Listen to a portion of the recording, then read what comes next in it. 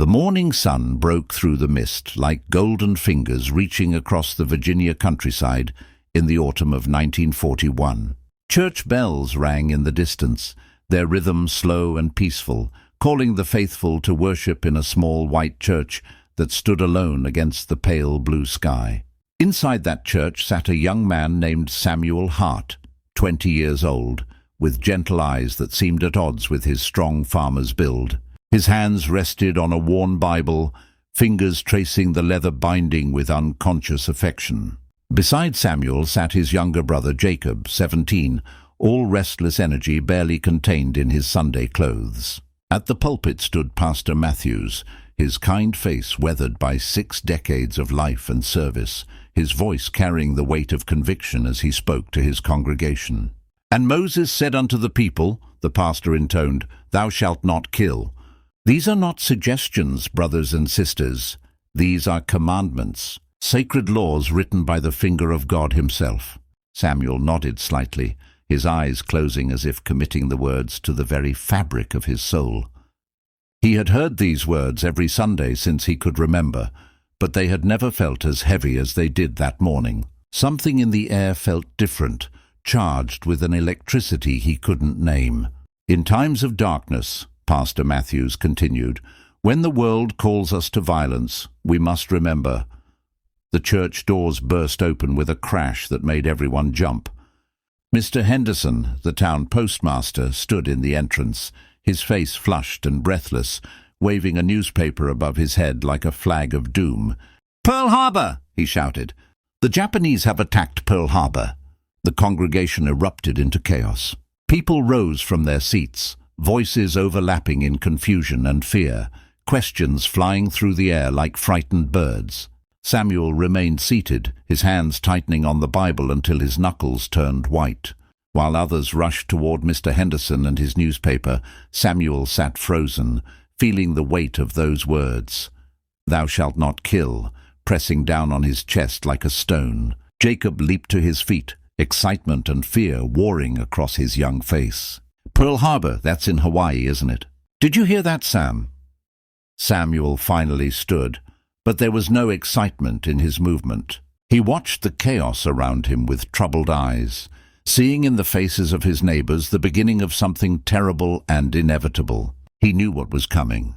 They all knew. The congregation spilled out into the autumn sunlight, everyone talking at once. Mr. Henderson held up the newspaper, and people crowded around to read the headlines that would change everything. "Hundreds dead," he read, his voice shaking. "Ships destroyed. The president is expected to ask Congress for a declaration of war." "Those bastards attacked us without warning," shouted one man. "My boy's in the Navy," said another, his voice cracking. "He's stationed in California. If they come to the mainland—" Jacob turned to Samuel, his eyes bright with something Samuel recognized and feared. The eagerness of youth, the dangerous allure of glory. "This means war, Sam, real war. Not like those newsreels. This is happening to us." Samuel didn't respond. He stared at the newspaper, at the grainy photograph of ships burning in a harbor, and all he could think about were the boys on those ships.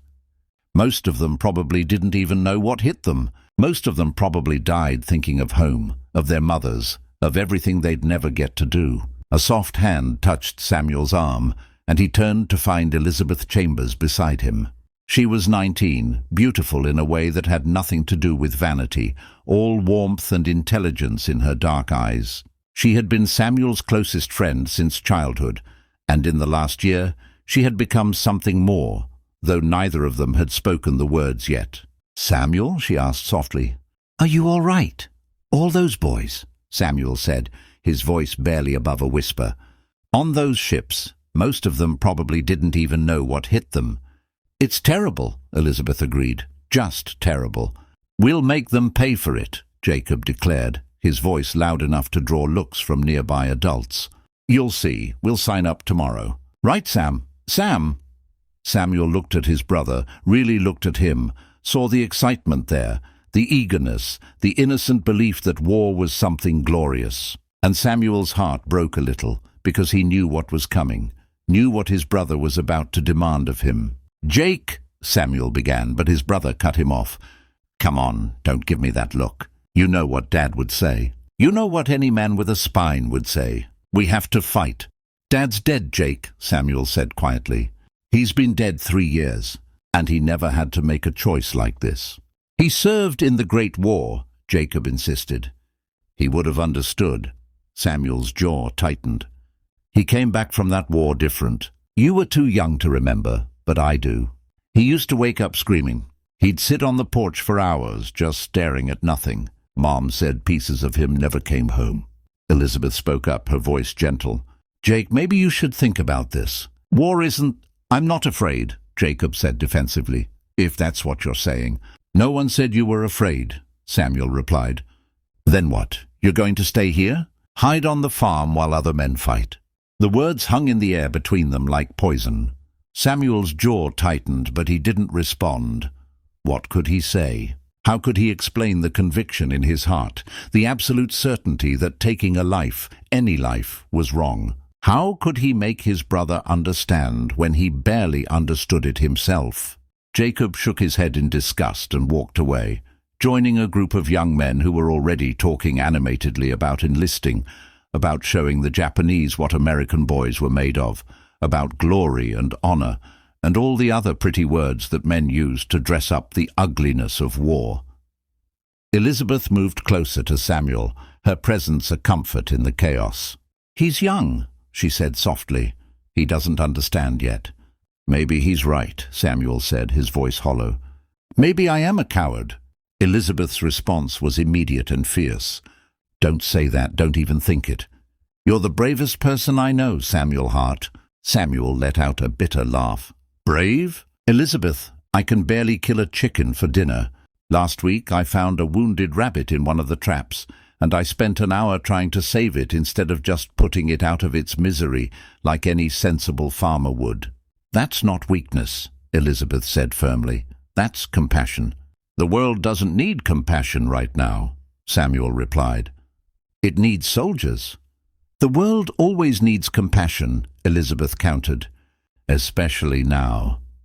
She took his hand, and they stood together in the churning crowd, 2 points of stillness in the chaos, both knowing that everything was about to change. That night, the Hart farmhouse felt smaller than usual, the walls pressing in with unspoken tension. The kitchen was modest but clean, filled with the smell of cornbread and beans that Samuel's mother, Mary Hart, had prepared. She was 48 years old, her face lined with the hard work of farm life and the deeper wounds of loss. She moved between the stove and the table with mechanical precision, serving food while the radio played in the background. President Roosevelt's voice filled the kitchen, grave and determined. "Yesterday, December 7th, 1941, a date which will live in infamy, the United States of America was suddenly and deliberately attacked." Mary reached over and switched off the radio with more force than necessary. The sudden silence was oppressive, heavy with everything they weren't saying. "I can't listen to any more of it tonight," Mary said, her voice tight. "Mom, you can't just pretend it's not happening," Jacob said. Mary's response was sharp. "I'm not pretending anything, Jacob. I'm trying to eat dinner with my sons while I still have them both at this table." Jacob fell silent, shame coloring his cheeks. Samuel pushed his food around his plate, his appetite gone. Mary immediately softened, realizing her words had been too harsh. "I'm sorry," she said. "I didn't mean—" "It's okay, Mom," Jacob said quietly. "No, it's not okay," Mary replied, sitting down heavily. "Nothing about this is okay." Her composure cracked then, the facade of strength she'd been maintaining all day finally giving way. "Your father, when he went to war, I was so proud. I thought he was a hero, and he was. But the man who came back—" "Mom, you don't have to," Samuel began, but Mary cut him off. "Yes, I do. You boys need to understand. The man who came back wore your father's face, but he wasn't the same. He had nightmares every night. He'd flinch at loud noises. Some days he'd just sit in the barn and cry, and he couldn't even tell me why." Jacob shifted uncomfortably. "That was the Great War.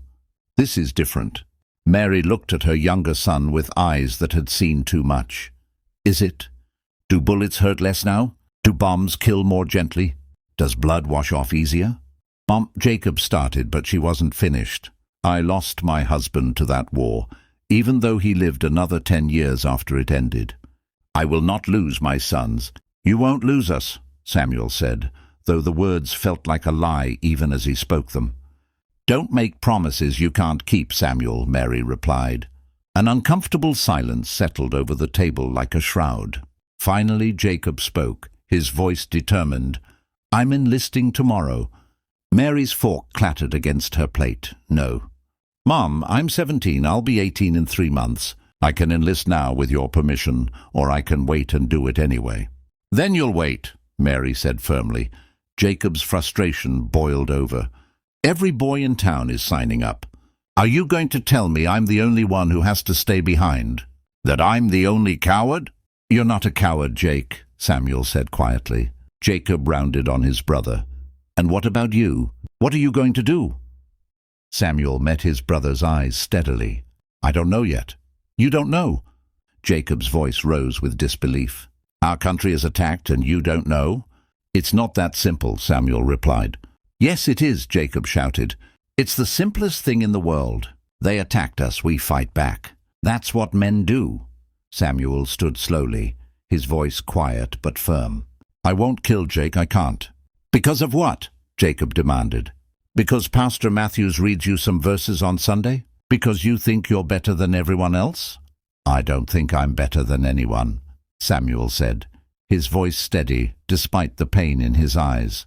I think killing is wrong. I think taking a life, any life, is wrong. And I don't care if that makes me a coward in your eyes or anyone else's. Then stay here, Jacob spat. Stay here and hide while other men fight and die for you. Jake, Samuel reached for his brother, but Jacob jerked away. I'm going to enlist tomorrow with or without permission. And when I'm overseas fighting, I'll think of you here, safe on the farm, and I'll wonder what it must be like to have a coward for a brother. Jacob stormed out, the screen door slamming behind him with a bang that echoed through the house like a gunshot.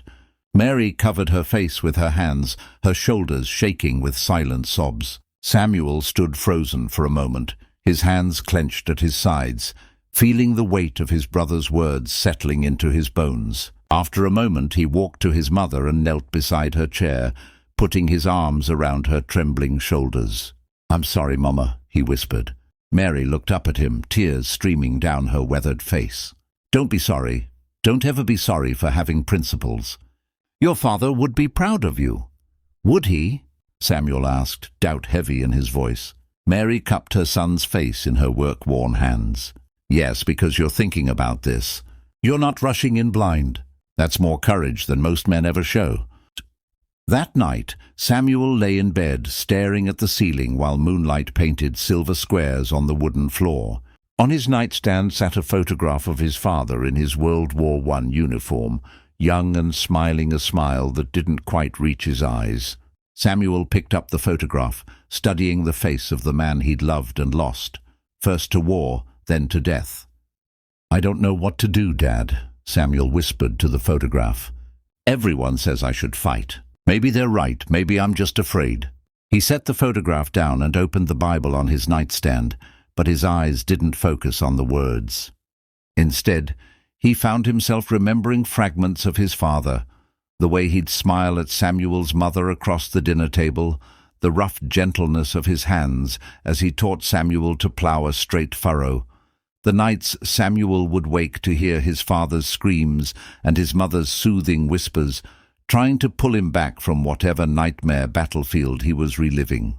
Samuel remembered the last conversation he'd had with his father before the old man's heart finally gave out. They'd been sitting on the porch, watching the sun set over the fields, and his father had turned to him with an expression Samuel had never seen before, something like peace mixed with profound sadness. Sam, his father had said, I need to tell you something. Something I've never told anyone except your mother. What is it, Dad? His father had been quiet for a long moment, gathering his words. I killed 11 men in the war. 11 men that I know of. Might have been more, but those are the ones I'm sure about. I can still see every one of their faces. I know it's been 20 years, but I see them every night when I close my eyes. Samuel had been 16 then, old enough to understand, but young enough to be shocked. "Dad, let me finish," his father had interrupted. "I did what I thought I had to do, what my country asked me to do, and I've spent every day since wondering if God will ever forgive me, if I'll ever forgive myself." He turned to look at Samuel then, his eyes desperate. "If another war comes, and it will, Sam, because men never learn, I need you to promise me something." "Anything, Dad. Promise me you'll think for yourself. Don't let anyone tell you what courage is. Don't let anyone shame you into becoming something you're not. Whatever you decide to do, make sure it's what you believe is right, not what everyone else says is right." Samuel had promised, though he hadn't understood the full weight of those words then. Now, lying in his bed with the shadow of war falling across the country, he understood, and the understanding was a terrible burden. The next morning Samuel walked into town. He'd made his decision in the early hours of dawn, and now he had to see it through. The recruiting office had been set up in the town hall, and even at 8 in the morning there was already a line of young men stretching out the door. Jacob stood near the front, talking excitedly with his friends. When he saw Samuel, his face hardened. Samuel joined the line. Jacob's eyes widened with surprise, then narrowed with suspicion. When Samuel reached the front, Jacob grabbed his arm. "What are you doing here?" Jacob demanded. "Same thing you are," Samuel replied. "You said you wouldn't fight." "I said I wouldn't kill," Samuel corrected. "That's not the same thing as not serving." Before Jacob could respond, Samuel stepped up to the desk where a Marine Corps recruiter sat. The man was a sergeant, weathered and hard, with eyes that had seen combat and hadn't forgotten it. "Name?" the sergeant asked without looking up. "Samuel Hart, sir." "Age?" 20. "Any medical conditions?" "No, sir." The sergeant looked up at Samuel for the first time, assessing him with the practiced eye of a man who'd seen thousands of recruits. "You look fit enough. We'll make a Marine out of you." Samuel took a breath. "Sir, I need to tell you something first." The sergeant's eyes narrowed. "What?" "I'm enlisting, sir, and I'll serve with everything I have. But I won't carry a weapon. I won't kill." The room fell silent. Every man in line was suddenly staring at Samuel. The sergeant's face darkened like a thundercloud. "Say that again?" "I'm a conscientious objector, sir. My beliefs won't allow me to take a life. But I want to serve my country. I can be a medic. I can help save lives instead of taking them." The sergeant stood slowly, his chair scraping against the floor with a sound like a threat. "Let me get this straight. You want to be a Marine, but you won't fight." "I'll serve in any capacity that doesn't require me to kill, sir." "Get out." "Sir, I said get out," the sergeant roared. "The Marine Corps doesn't need cowards. We need fighters. Men who will do what needs to be done. Not yellow-bellied mama's boys who hide behind the Bible." The words hit Samuel like physical blows, but he kept his voice steady. "I'm not hiding behind anything, sir. I'm willing to go anywhere Marines go, do anything Marines do, except kill. Put me on the front lines as a medic. I'll save lives while others take them." "You'll be in the way," the sergeant sneered. "You'll get good men killed because you're too soft to do your duty." "My duty is to my conscience first," Samuel replied, "and my conscience tells me that saving life is more important than taking it." The sergeant leaned across the desk, his face inches from Samuel's. "You know what we call men like you? Cowards, yellow-bellied cowards. And the Marine Corps has no use for cowards." Jacob stepped forward, his face red with shame and anger. "He's not speaking for me. I'll fight. I'll do whatever the Corps needs." The sergeant glanced at Jacob, then back at Samuel. "At least one heart has balls. Get out of my sight, boy. And don't come back unless you're ready to be a man." Samuel turned and walked toward the door, his back straight, his head high despite the weight of every eye in the room, judging him, condemning him.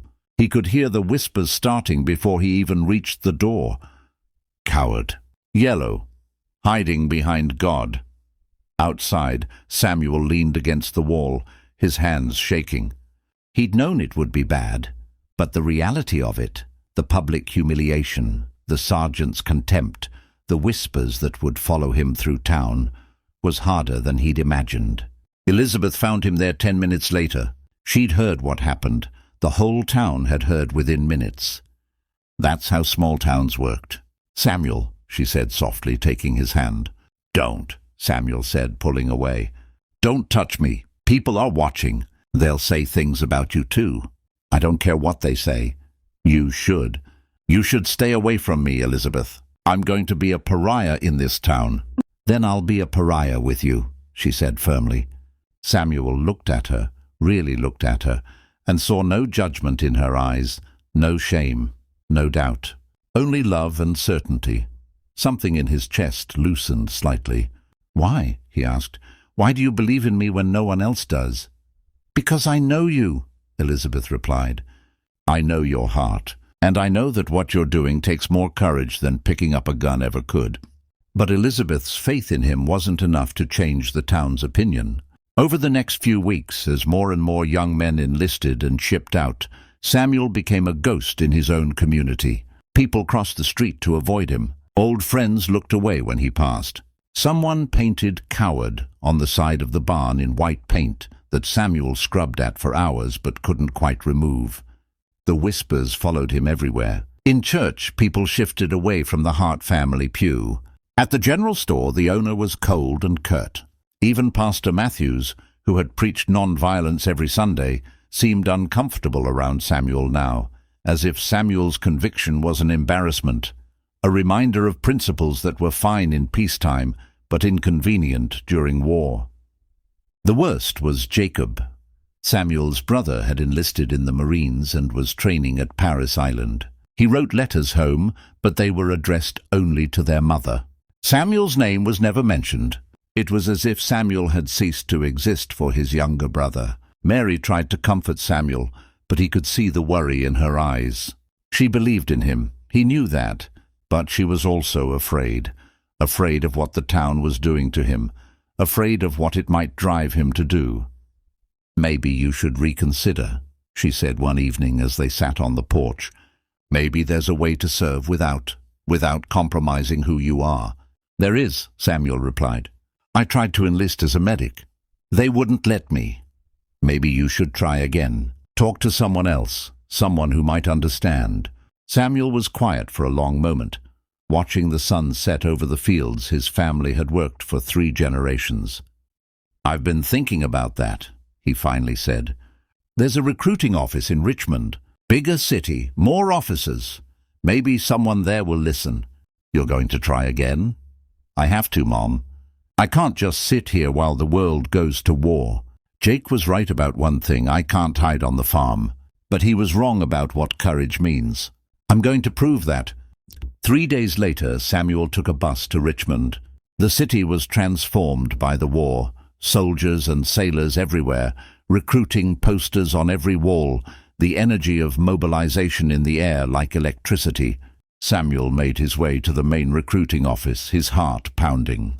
The officer behind the desk was a captain, older than the sergeant who'd rejected Samuel, with grey at his temples and medals on his chest that spoke of the last war. Samuel explained his situation, his desire to serve, his unwillingness to kill, his willingness to train as a medic and go wherever the Marines needed him. The captain listened without interrupting, his face unreadable. When Samuel finished, the captain was quiet for a long moment.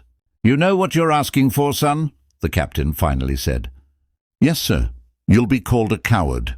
Men will spit on you. Your own unit might refuse to trust you, and you'll still be expected to go into combat, to face the same dangers as every other Marine, but without a weapon to protect yourself."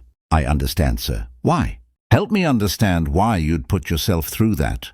Samuel met the captain's eyes steadily. "Because I believe that life is sacred, sir. All life, even enemy life. I believe that God's commandment not to kill isn't negotiable, isn't something you can set aside when it's inconvenient. But I also believe in serving my country. So I want to save lives instead of taking them. I want to be the man who brings soldiers home to their mothers, not the man who sends enemy soldiers to early graves." The captain studied Samuel for a long moment, then pulled out a form. I'm going to do something I probably shouldn't do. I'm going to accept your enlistment on the condition that you train as a combat medic. You'll go through boot camp like every other recruit, but you won't be required to train with weapons beyond basic familiarization. You'll take medical training instead, and when you're assigned to a unit, you'll serve as their corpsman. Samuel felt hope surge in his chest.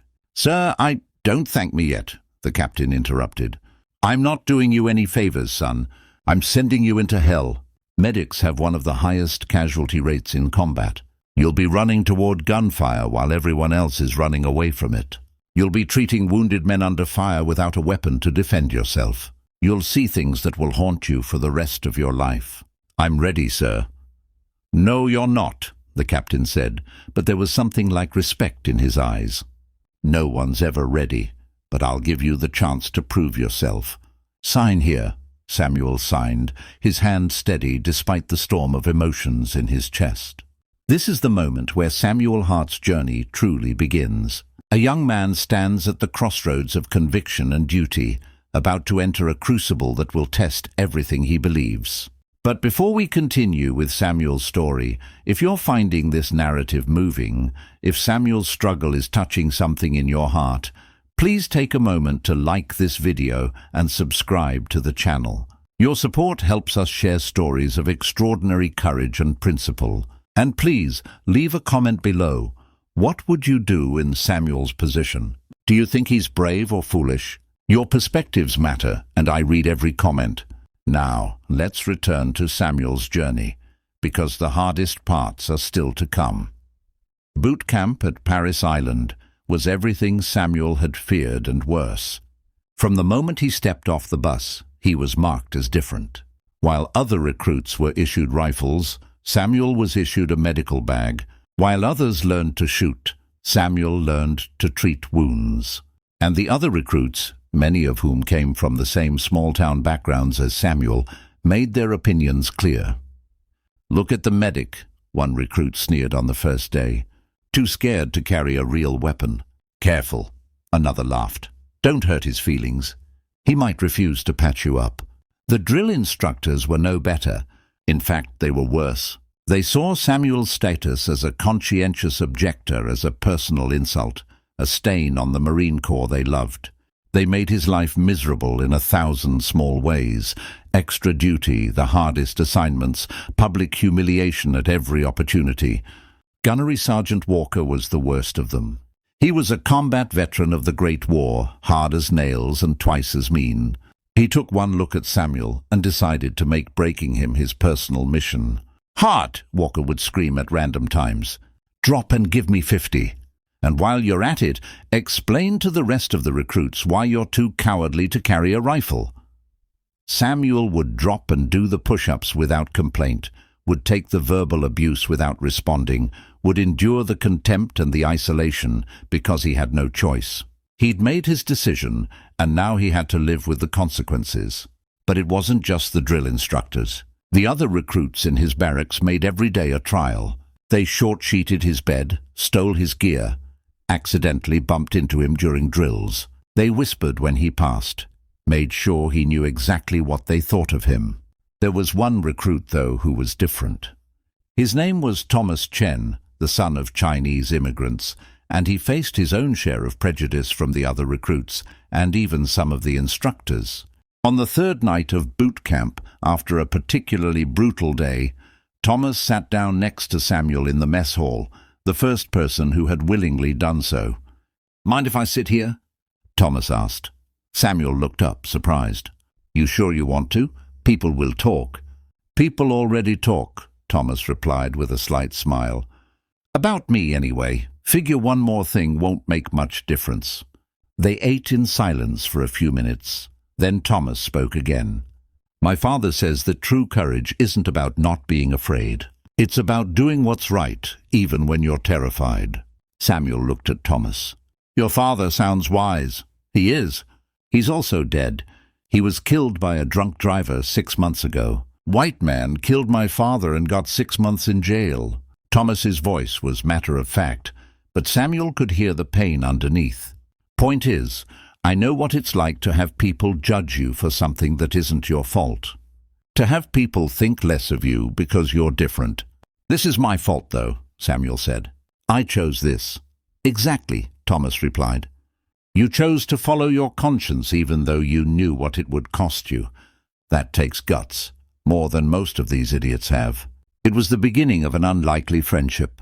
Thomas became Samuel's ally in a sea of hostility, the one person who treated him like a human being rather than a disgrace. And slowly, grudgingly, a few other recruits began to follow Thomas's lead. There was Martinez, a kid from Texas whose brother had been killed at Pearl Harbor. He hated Samuel at first, saw him as a traitor to every man who died that day. But then, during a particularly brutal training exercise, Martinez collapsed from heat exhaustion. Samuel was the first one there, despite having just finished the same exercise himself. He worked on Martinez with steady hands, got him stable, probably saved his life. After that, Martinez's hatred cooled to a grudging respect. There was Williams, a farm boy from Iowa who reminded Samuel of Jacob. Williams never quite trusted Samuel, but he stopped participating in the harassment, stopped looking away when Samuel entered a room. And there was Jackson, a former boxer from Philadelphia, who had the respect of every recruit in the company. Jackson watched Samuel for weeks, saying nothing, his face unreadable. Then one night, when a group of recruits were planning to teach the coward a lesson, Jackson stepped in. "Leave him alone," Jackson said, his voice quiet but carrying the weight of authority. "Come on, Jackson," one of the recruits protested. "He's got it coming." "I said leave him alone." Jackson's voice didn't rise, but something in his tone made the other recruits back off. He turned to Samuel. "I don't agree with what you're doing. I think you're wrong. But I respect that you're not hiding from it. You're here. You're doing the training. You're taking the abuse without whining. That counts for something." It wasn't acceptance, not really. But it was the beginning of tolerance, and that was more than Samuel had dared hope for. The weeks turned into months.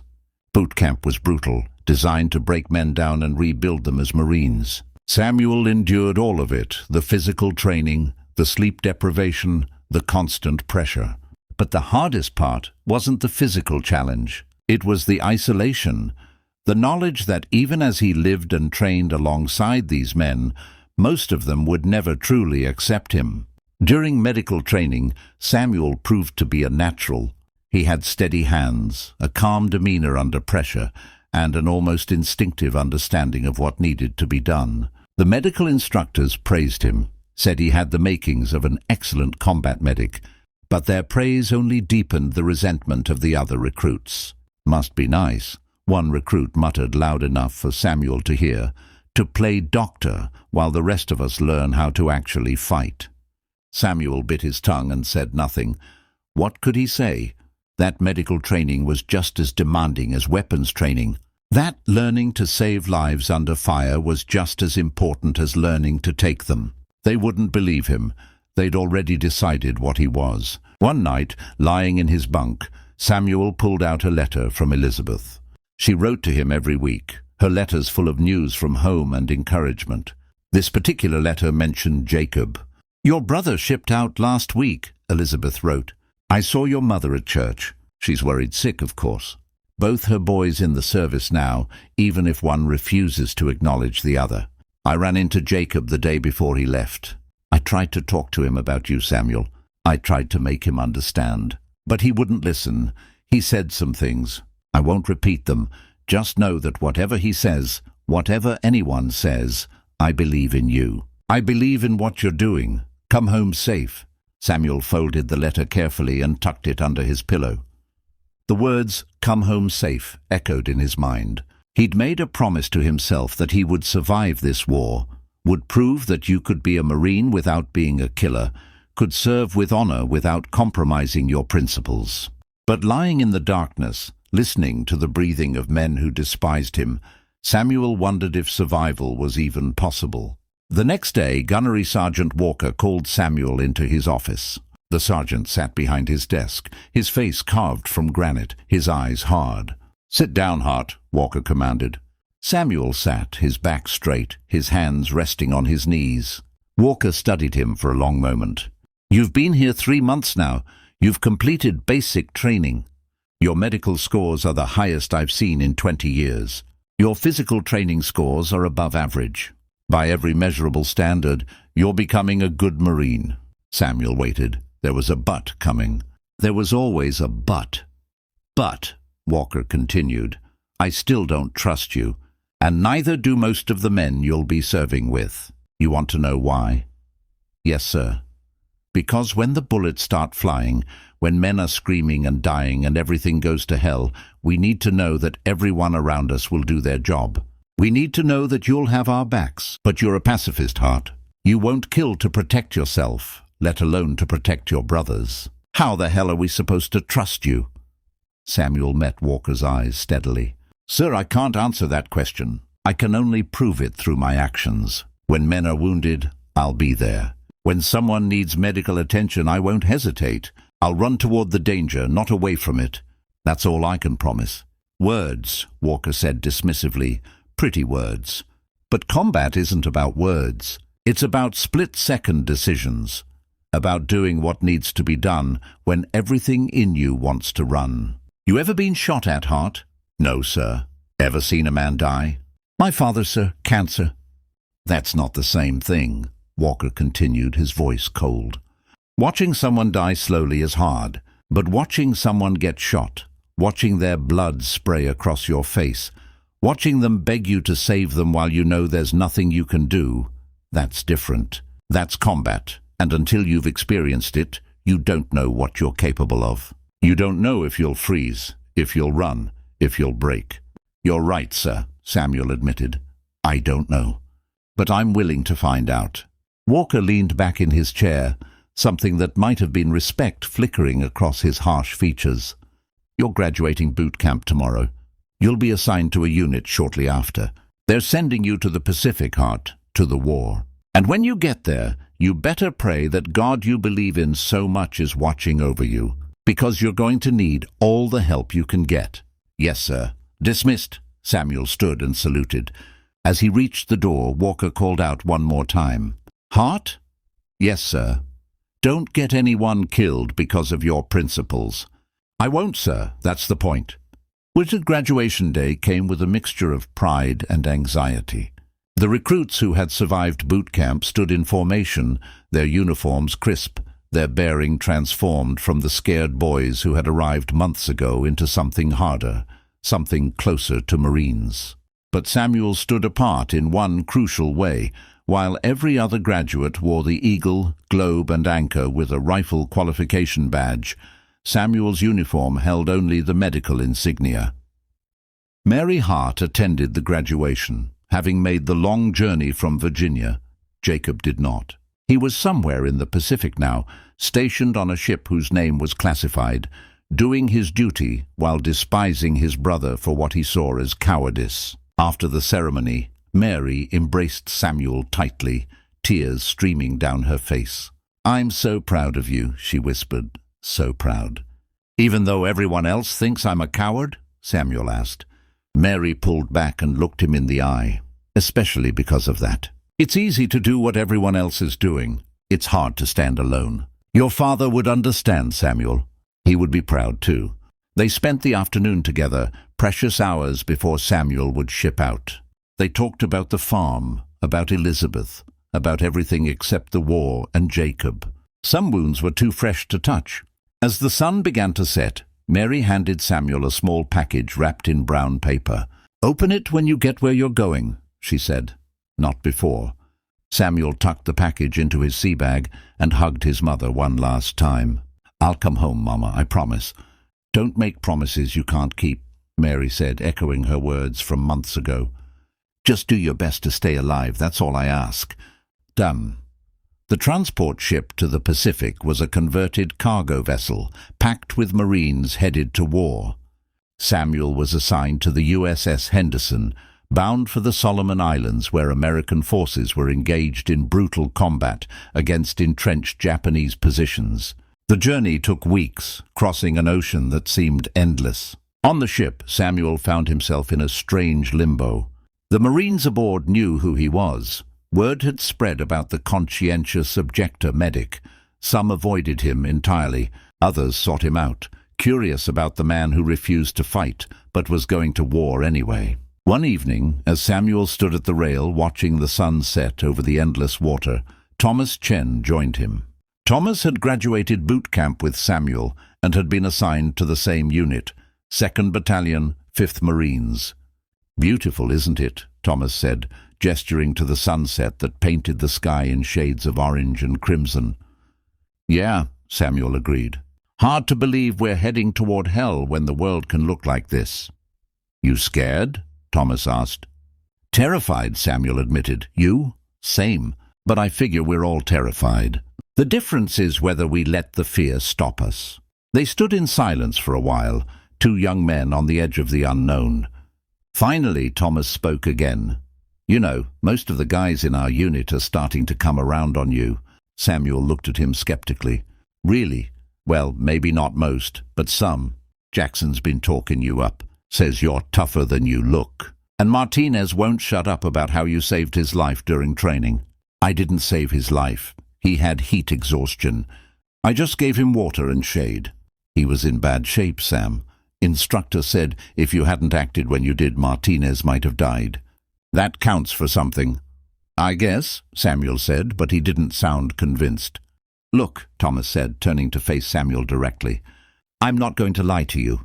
When the shooting starts, some guys are still going to doubt you. They're going to wonder if you'll be there when they need you. But I don't doubt you, and I'm going to make damn sure everyone knows it." "Why?" Samuel asked. "Why are you doing this? Why risk your own reputation to defend me?" Thomas was quiet for a moment, thinking. "Because I've spent my whole life being judged for things I can't control. My skin, my eyes, my parents' accent.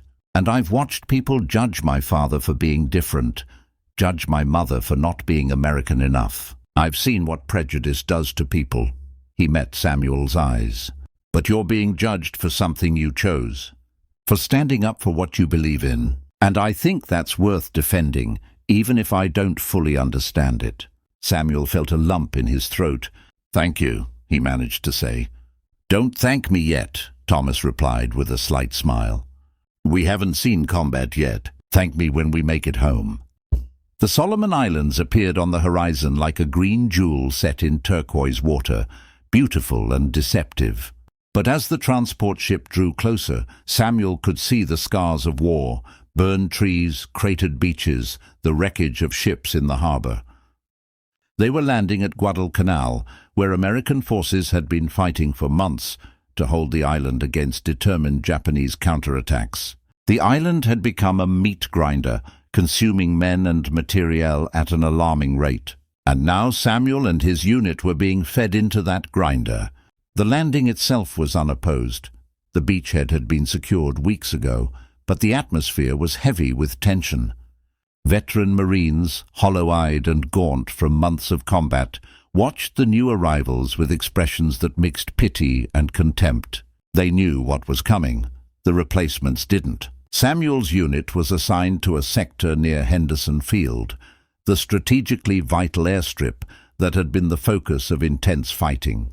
Their commanding officer was Captain Richard Morrison, a career Marine with 2 Bronze Stars and a reputation for being fair but demanding. When he met Samuel, his reaction was measured. "So you're the conscientious objector," Morrison said, looking Samuel up and down. "I've read your file. Impressive medical scores. But I need to know something hot.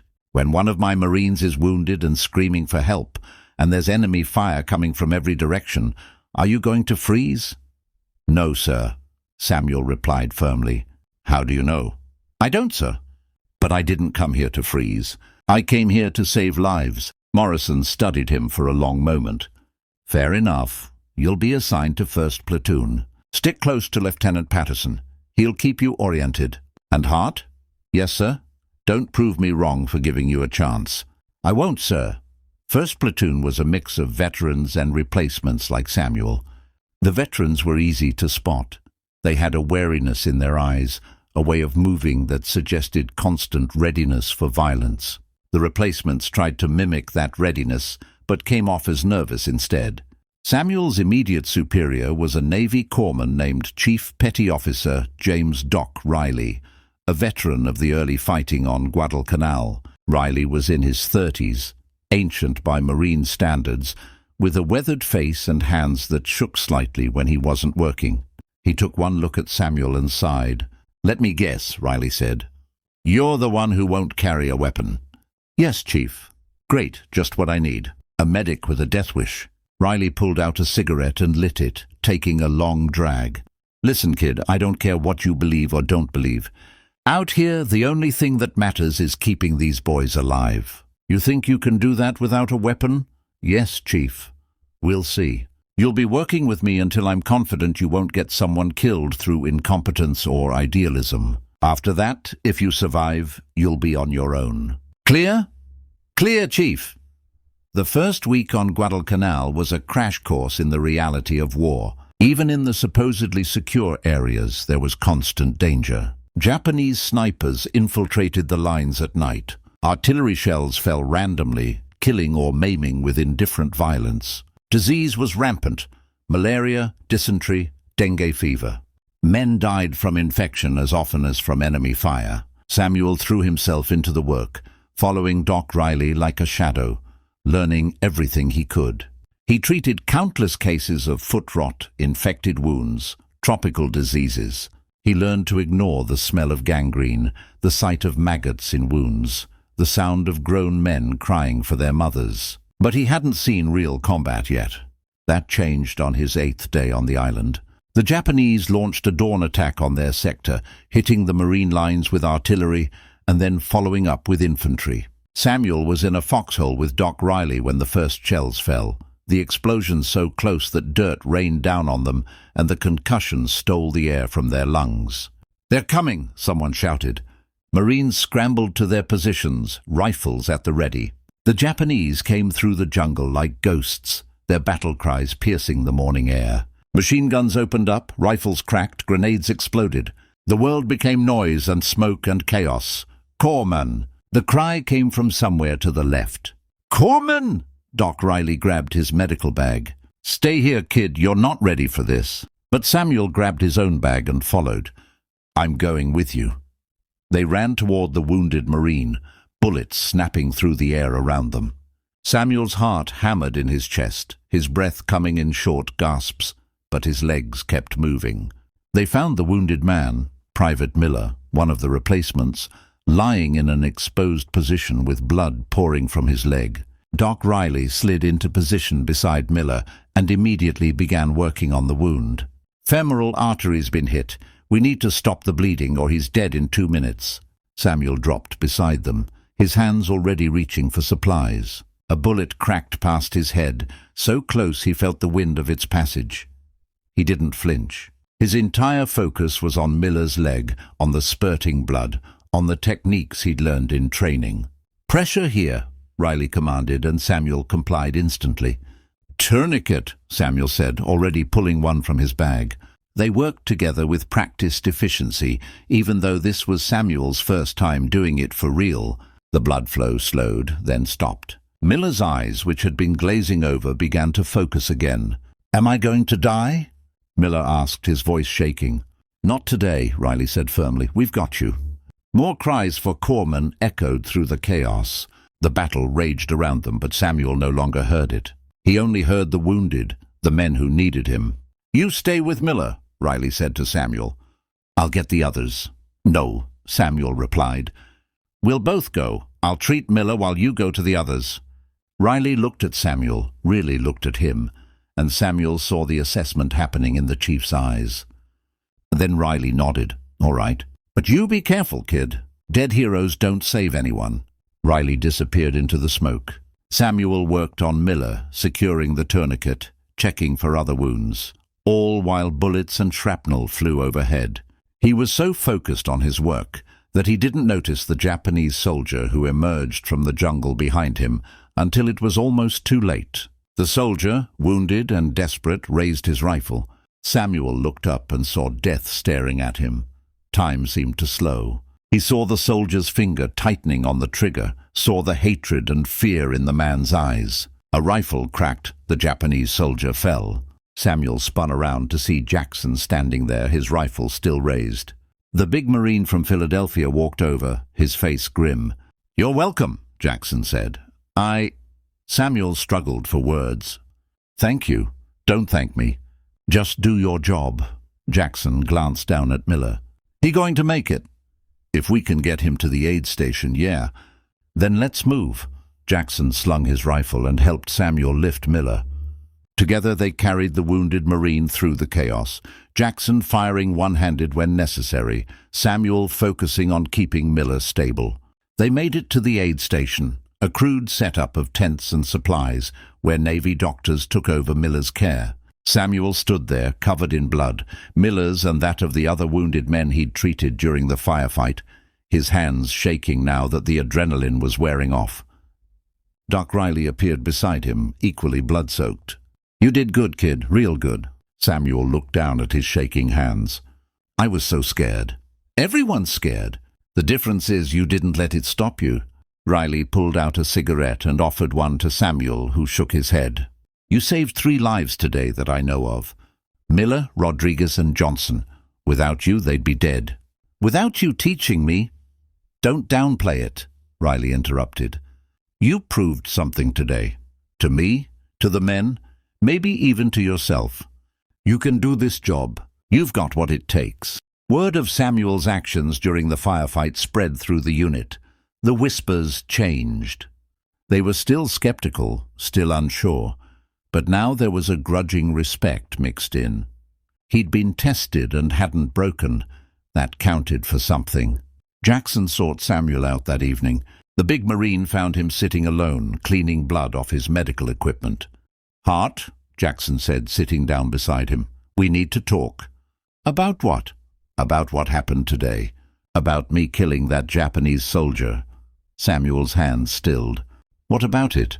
You don't believe in killing. But I killed a man to save you. How does that sit with your conscience?" It was a fair question, one that Samuel had been wrestling with since the firefight. "I don't know," he admitted. "I'm grateful to be alive. Grateful that you were there. But I also can't stop thinking about that soldier. He was somebody's son, maybe somebody's father, and now he's dead because of me." "He's dead because he tried to kill you," Jackson corrected. "That's on him, not you. Is it? Or is he dead because there's a war and we're all here killing each other for reasons most of us don't fully understand?" Jackson was quiet for a moment. "You really believe that? That this war is pointless?" "No," Samuel said carefully. "I think we had to respond to Pearl Harbor. I think stopping the Japanese aggression is necessary. But I also think every death on both sides is a tragedy, even when it's necessary." "That's a complicated way to see the world, Hart." "Maybe, but I don't think the world is simple.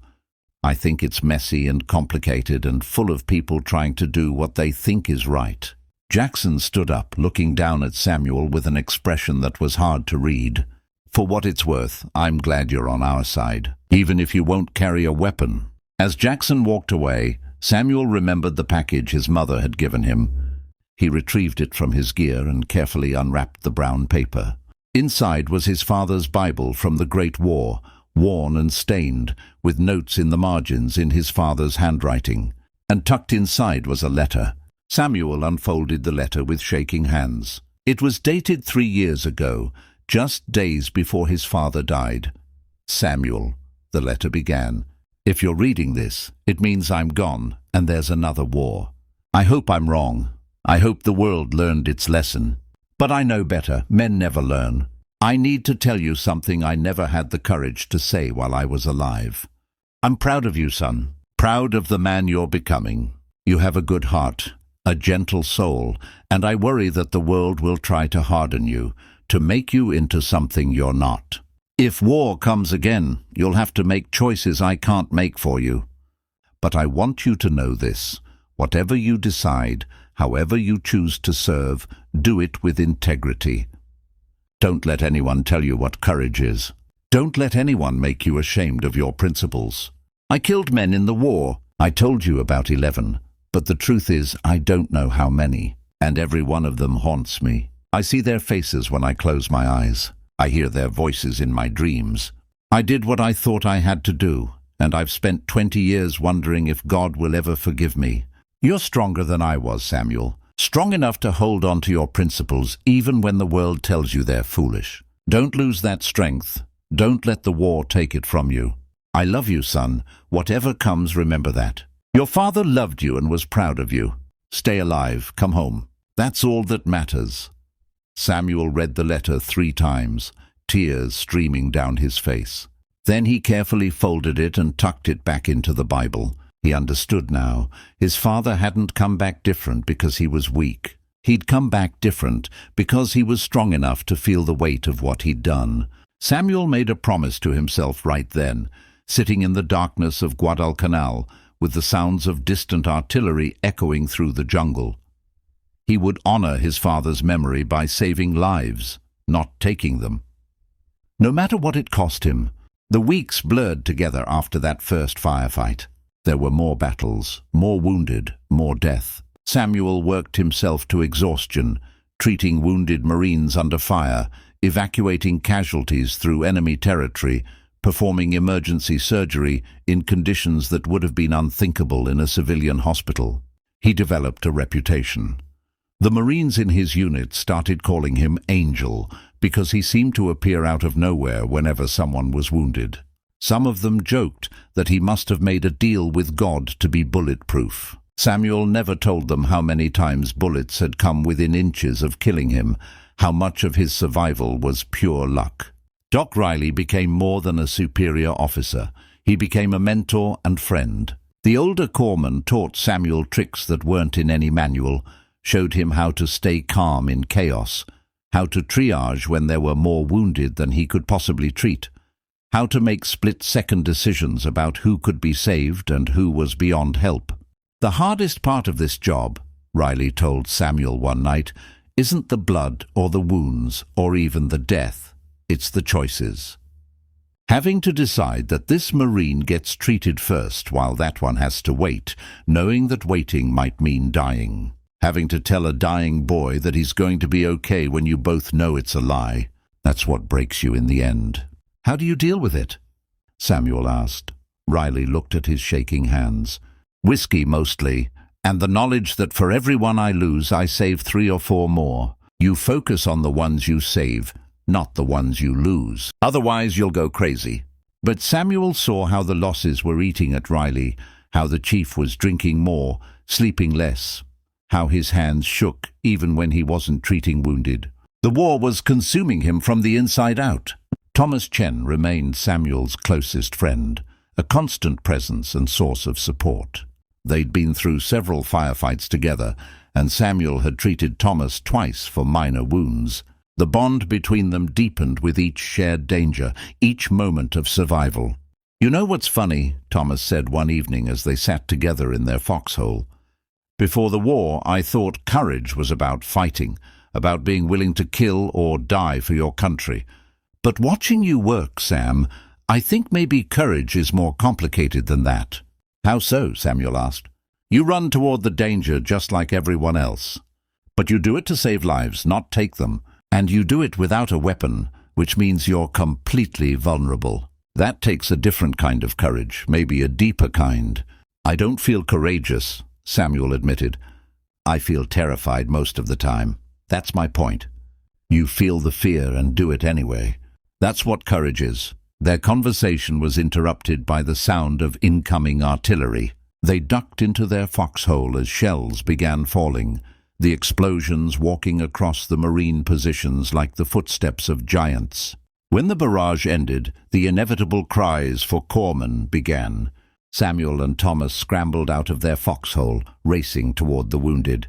They found Martinez, the Texan whose life Samuel had saved during boot camp, lying in a crater, his legs shredded by shrapnel. I got you, Martinez, Samuel said, sliding into the crater beside him. I got you. My legs, Martinez gasped. I can't feel my legs. Samuel worked with practiced efficiency, applying tourniquets, packing wounds with gauze, injecting morphine. But even as he worked, he knew the truth. Martinez's injuries were beyond what could be treated in the field. He needed surgery, needed it fast, or he was going to die. "Thomas, help me carry him," Samuel commanded. Together they lifted Martinez and began the treacherous journey back to the aid station. It was over 100 yards through open ground, with Japanese machine guns firing sporadically from the jungle. They ran in a crouch, Martinez's weight shared between them, bullets kicking up dirt around their feet. They were halfway there when Thomas stumbled and fell, crying out in pain. Samuel skidded to a stop, torn between Martinez's critical condition and Thomas's injury. "Go!" Thomas shouted. "Get Martinez to the aid station. I'm hit, but I'm not dying." Samuel hesitated for only a second, then kept moving with Martinez. He got the wounded Marine to the doctors, then immediately ran back for Thomas. He found his friend sitting in a shell crater, blood seeping through his fingers, where he pressed them against his side. "How bad?" Samuel asked, dropping beside him. "Through and through, I think. Hurts like hell. But I don't think it hit anything vital." Samuel examined the wound quickly. Thomas was right. The bullet had passed through without hitting any major organs or arteries. Painful and dangerous if it got infected, but not immediately life-threatening. "You're lucky," Samuel said, bandaging the wound. "Lucky I got shot." "You got shot and you're going to be fine." "That's lucky." Samuel helped Thomas to his feet. "Can you walk?" With help, they made it back to the aid station together. Thomas was evacuated to a hospital ship for proper treatment, leaving Samuel feeling oddly alone despite being surrounded by Marines. The next major operation was an assault on a Japanese strongpoint that intelligence had designated Hill 142. It was a fortified position on high ground, bristling with machine guns and artillery, manned by Japanese soldiers who had sworn to die rather than surrender. Captain Morrison briefed the company on the attack. "This is going to be rough," Morrison said, his face grim. "The Japanese have been digging in for months. We're going to hit them with artillery first, then airstrikes, then we're going in. Every Marine needs to be ready for close combat. It's going to be ugly." He looked directly at Samuel. "Hart, I want you to set up a forward aid station at the base of the hill. Doc Riley will be with the assault wave. You'll treat casualties as they come back. Understood?" "Sir, I should be with the assault wave," Samuel protested. "Negative. I need someone at the aid station who can handle the wounded. That's you." "Sir, with respect, the Marines going up that hill are going to need immediate medical attention. I should be with them." Morrison's jaw tightened. "Hart, this isn't a request, it's an order. You'll man the aid station." Samuel wanted to argue further, but Doc Riley caught his eye and shook his head slightly. The message was clear. Don't push it. The assault began at dawn. American artillery pounded Hill 142 for 30 minutes, turning the top of the hill into a moonscape of craters and shattered trees. Then the planes came, dropping bombs and strafing with machine guns. Finally the Marines went up. Samuel watched them go, his heart in his throat. He saw Jackson leading his squad, saw Williams and Rodriguez and all the other men he'd come to know. And he saw Doc Riley with them, his medical bag bouncing against his hip as he climbed. Then the Japanese opened fire. Machine guns raked the Marines climbing the hill. Mortars fell among them. The noise was apocalyptic, and the casualties began streaming back almost immediately. Samuel threw himself into the work, treating wound after wound, working faster than he'd ever worked before. Marines stumbled back from the hill with injuries ranging from minor to catastrophic. Bullet wounds, shrapnel injuries, burns from flamethrowers, limbs blown off by mines.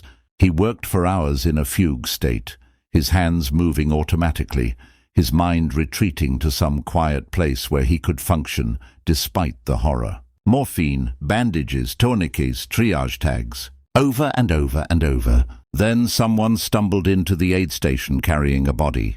It was Jackson, and he was carrying Doc Riley. "He's hit bad," Jackson said, laying Riley down gently. "Real bad." Samuel rushed over, his heart sinking when he saw the wound. Riley had taken shrapnel from a mortar to his chest and abdomen. The wound was catastrophic. Samuel knew immediately that there was nothing he could do, not here, not with the supplies he had. Riley knew it too. The chief looked up at Samuel with eyes that were already dimming. "Bad luck, kid," he rasped. Bad goddamn luck. Don't talk, Samuel said, even though he knew it was pointless. He worked on the wound anyway, trying to stop the bleeding, trying to do something, anything. Stop, Riley whispered. It's over. We both know it. Chief, listen to me. Riley grabbed Samuel's arm with surprising strength. You're a hell of a courseman. Best I've ever trained. Those boys up there need you. Get up that hill. Save them. I can't leave you. I'm already gone, kid. But they're not yet. Riley's grip weakened. Promise me. Get up that hill. Samuel's vision blurred with tears. I promise. Riley smiled slightly. Good, now go. That's an order. Samuel stood, his legs shaking. He grabbed his medical bag and turned to Jackson. Take care of him, please. Where are you going?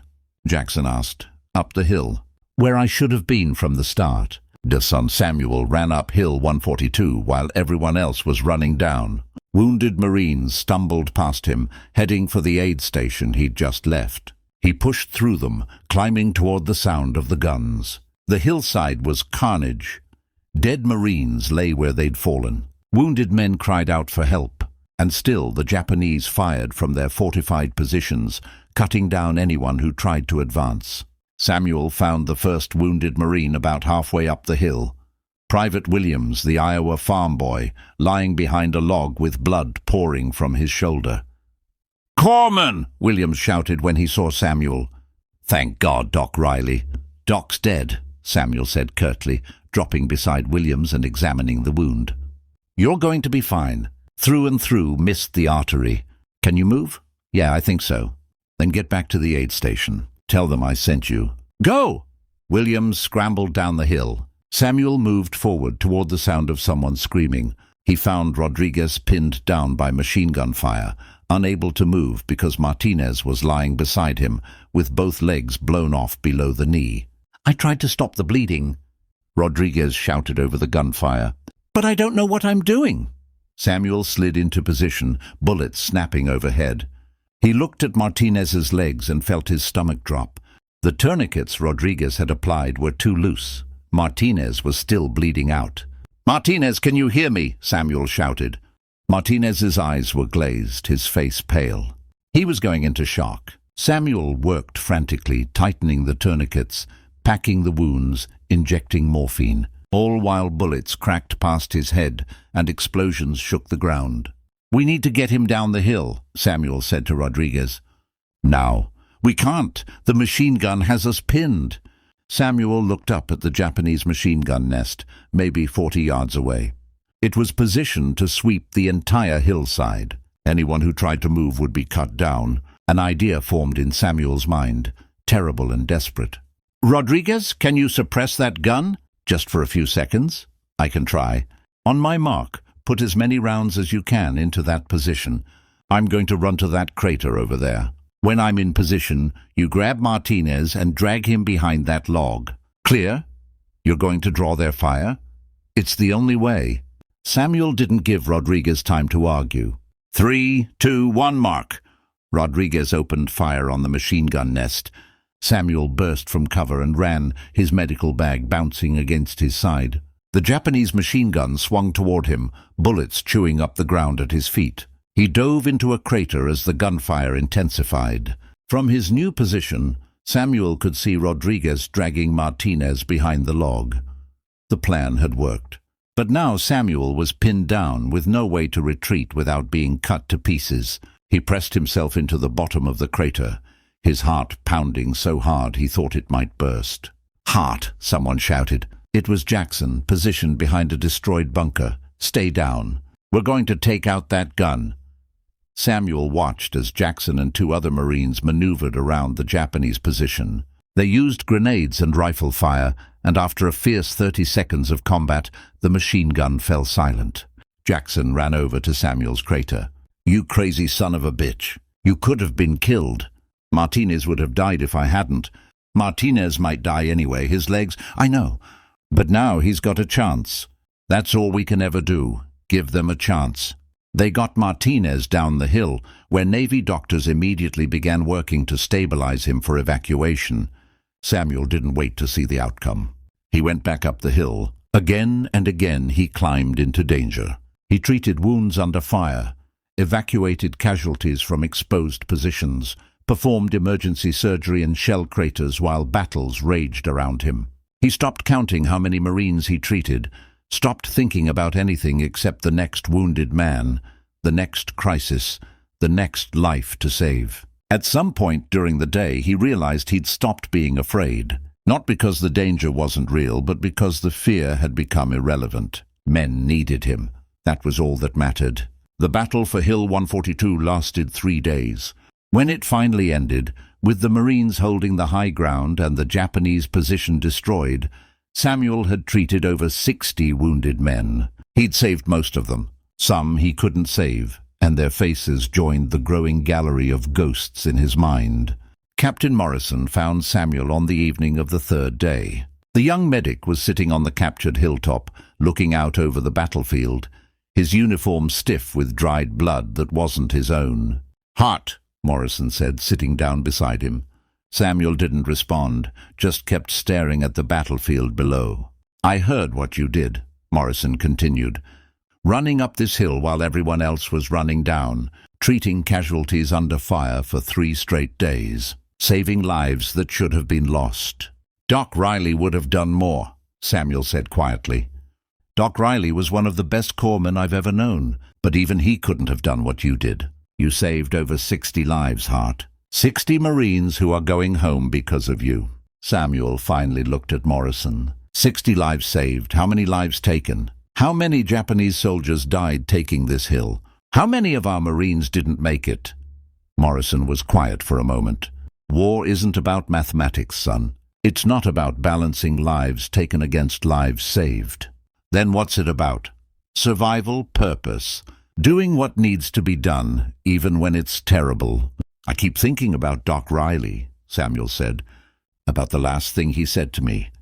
He told me to get up this hill, to save the boys up here. And I did, but I couldn't save him. You can't save everyone, I know. But knowing doesn't make it hurt less." Morrison stood up. "Get some rest, Hart. You've earned it. We're pulling back to regroup. You'll have a few days to recover before the next operation." "There's always a next operation," Samuel said. "Yeah," Morrison agreed. "There is." The next operation came sooner than anyone expected. Intelligence reported a large Japanese force gathering to attack the Marine positions. The Americans needed to strike first, to disrupt the enemy before they could launch their assault. It meant going deep into Japanese-held territory, a dangerous reconnaissance in force that everyone knew would turn into a bloodbath. Samuel's unit was assigned to the operation. They would push through the jungle, locate the Japanese force, and call in artillery and airstrikes. Simple in theory, suicidal in practice. The night before the operation, Samuel wrote letters, one to his mother, one to Elizabeth, and one to Jacob, even though he doubted his brother would read it. He wrote about Doc Riley, about the men he'd saved, about the terrible beauty of doing good work in the worst possible circumstances. He wrote about hope, about faith, about the belief that even in war, compassion mattered. He sealed the letters and gave them to the chaplain to mail if he didn't return. Then he checked his medical supplies, cleaned his equipment, and tried to sleep. Sleep wouldn't come.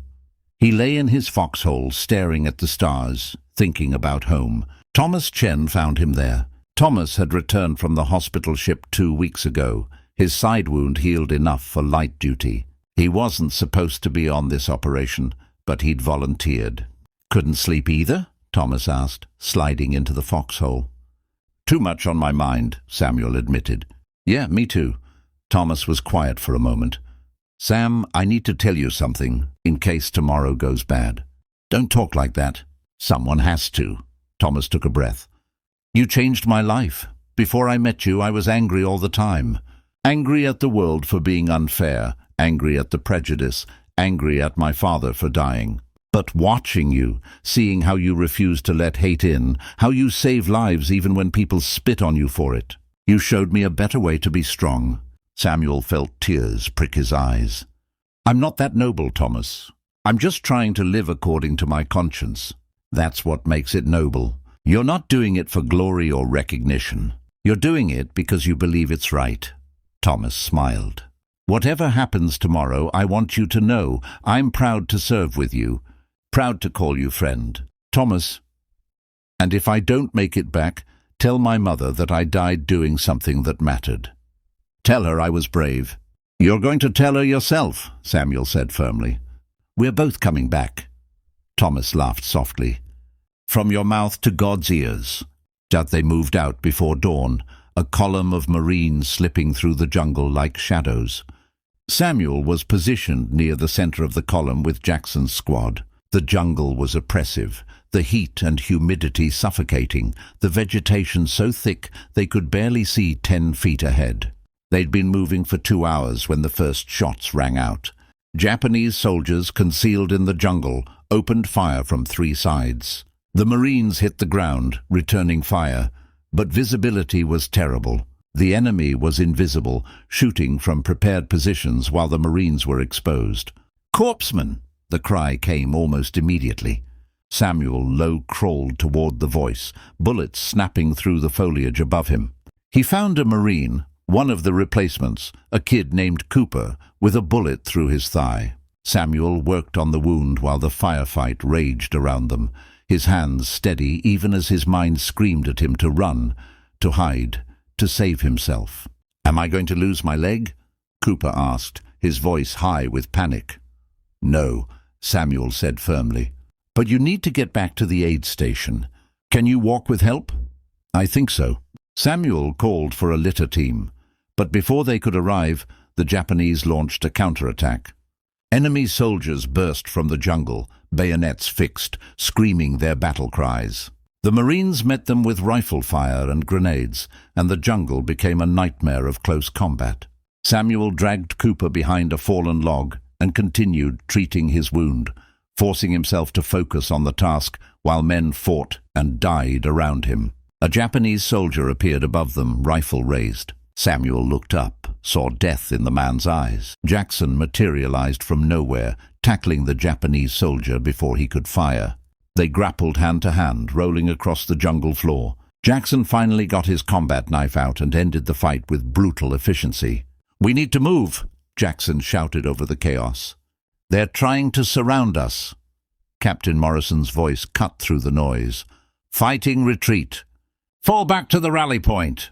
The Marines began pulling back, laying down covering fire as they withdrew. Samuel helped Cooper to his feet and half-carried, half-dragged him through the jungle. Bullets whined past them. Grenades exploded. Men screamed. They'd made it maybe 50 yards when they heard it, a sound that made every Marine's blood run cold. Artillery, Japanese artillery, zeroing in on their position. "Take cover!" someone screamed. The first shells fell like the fist of God. The explosions were deafening, the concussions powerful enough to lift men off their feet and slam them into trees. Samuel threw himself over Cooper, shielding the wounded Marine with his own body as the world exploded around them. When the barrage lifted, Samuel's ears were ringing so badly he could barely hear. He checked Cooper, still alive, though unconscious from shock. Samuel looked around, trying to assess the situation, and felt his heart sink. The artillery had scattered the Marines. The neat fighting retreat had become chaos. Men were separated from their units, calling out for their squads, trying to regroup. And the Japanese, sensing weakness, were pressing their attack. Heart. It was Lieutenant Patterson, the platoon commander, bleeding from a head wound. "We've got wounded everywhere. Start treating them. We'll hold the perimeter." Samuel went to work. The next 30 minutes were the longest of his life. He moved from casualty to casualty, treating what he could, stabilizing the worst cases, making the terrible triage decisions that haunted every medic, who could wait, who needed immediate attention, who was beyond help. He found Williams lying beside a tree, his leg nearly severed by shrapnel. He found Rodriguez with burns covering half his body from a flamethrower that had been hit by enemy fire. He found Jackson with a bullet through his shoulder, still firing his rifle one-handed. "I'm fine," Jackson growled when Samuel tried to treat him. "Help the others. You're shot. It's just a shoulder." "I've had worse." Samuel bandaged Jackson's shoulder quickly, then moved on. There were too many wounded, not enough time, not enough supplies. He worked until his hands were shaking from exhaustion, until his medical bag was nearly empty, until he'd treated every wounded Marine he could find. Finally, Captain Morrison organized a defensive perimeter and called for air support. American planes arrived and strafed the Japanese positions, buying enough time for the Marines to evacuate their wounded and retreat to friendly lines. The operation had been a disaster. Of the 80 Marines who'd gone into the jungle, 23 were dead and 37 were wounded. Only 20 men walked out unscathed. But of those 37 wounded, Samuel had treated 32 of them. And of those 32, 29 would survive. When they finally made it back to base, Samuel collapsed. He'd been going for 20 hours straight, treating wounded under fire, with no food, no water, no rest. His body simply gave out. He woke up 12 hours later in a medical tent with a Navy doctor standing over him. "Welcome back," the doctor said. "You gave us quite a scare. Severe dehydration, exhaustion, borderline shock. You need to take better care of yourself, son." The wounded, Samuel started to sit up, "are fine, thanks largely to you." The doctor gently pushed Samuel back down. "You saved a lot of lives yesterday, Hart. Captain Morrison has recommended you for a medal." "I don't want a medal. I just want to do my job." "Well, you're doing it better than anyone I've ever seen." The doctor smiled slightly. "The Marines in your unit are calling you the Angel of the Ridge. They say you appear out of nowhere whenever someone's wounded, that bullets don't touch you, that you've made some kind of deal with God." "That's ridiculous." "Maybe. But it's good for morale. The men trust you now. They know you'll be there when they need you." Samuel lay back, too tired to argue. Through the tent opening, he could see Marines walking past. Several of them glanced in and gave him nods of respect. One even saluted. Something had changed. He was no longer the coward, the oddity, the conscientious objector who refused to fight. He was their corpsman, their angel, the man who saved lives when death seemed certain. It should have felt like vindication. Instead, it just felt like weight. The weight of all those expectations, all that trust, all those lives depending on his skill and courage.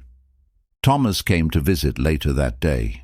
He was limping slightly, his side wound bothering him, but his smile was genuine. "You look like hell," Thomas said cheerfully. "Feel like it too," Samuel replied. "I heard what you did out there, treating 32 wounded Marines while the Japanese were trying to kill you.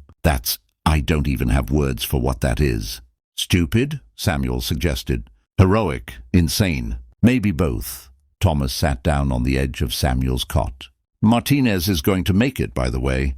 They're shipping him stateside. He wanted me to tell you thanks. Said you saved his life twice now. Just doing my job." "That's what heroes always say." Thomas was quiet for a moment. "Sam, I've been thinking about what you're doing. About your beliefs. I think I finally understand." "Understand what?" "Why you won't kill. It's not about being afraid. It's not about being better than everyone else. It's about honoring life, all life. Even enemy life. That's something special, Sam. Something worth protecting. Tell that to the people back home who think I'm a coward. Screw them. They're not here. They don't see what you do. They don't understand what it takes to run toward gunfire with nothing but a medical bag." Thomas leaned forward. "You're changing minds, Sam, one Marine at a time. The guys in our unit don't think you're a coward anymore. They think you're the bravest man they know." Samuel felt emotion well up in his throat. "I'm not brave. I'm terrified every single day. That's what makes it brave." "You feel the fear and do it anyway." Thomas stood up. "Get some rest. We ship out again in 3 days. Another island. Another battle." "Always another battle," Samuel murmured. "Yeah, but at least we've got our angel watching over us." And the next island was worse. It was always worse. The Japanese had learned from Guadalcanal, had refined their defensive tactics, had dug deeper bunkers and created more elaborate tunnel systems. The fighting was brutal, close-quarters combat in caves and bunkers, with flamethrowers and grenades and sometimes just knives and fists. Samuel's unit was assigned to clear a system of caves on the northern end of the island. Intelligence said the caves held a battalion of Japanese soldiers. Intelligence was wrong. It held 2 battalions. The first Marines into the caves were cut to pieces. The Japanese had created a killing zone with machine guns positioned to catch anyone entering. By the time the Marines pulled back, they'd left 15 dead and 20 wounded inside the cave complex. "We can't leave them in there," Lieutenant Patterson said, his face grim. "But we can't go back in. It's suicide." "Use explosives," someone suggested. "Seal the caves with the Japanese inside." "We've got wounded in there," Jackson said.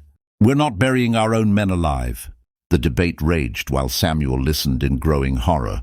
They were talking about abandoning wounded Marines, leaving them to die in those caves. Every fiber of his being rebelled against the idea. "I'll go," Samuel said quietly.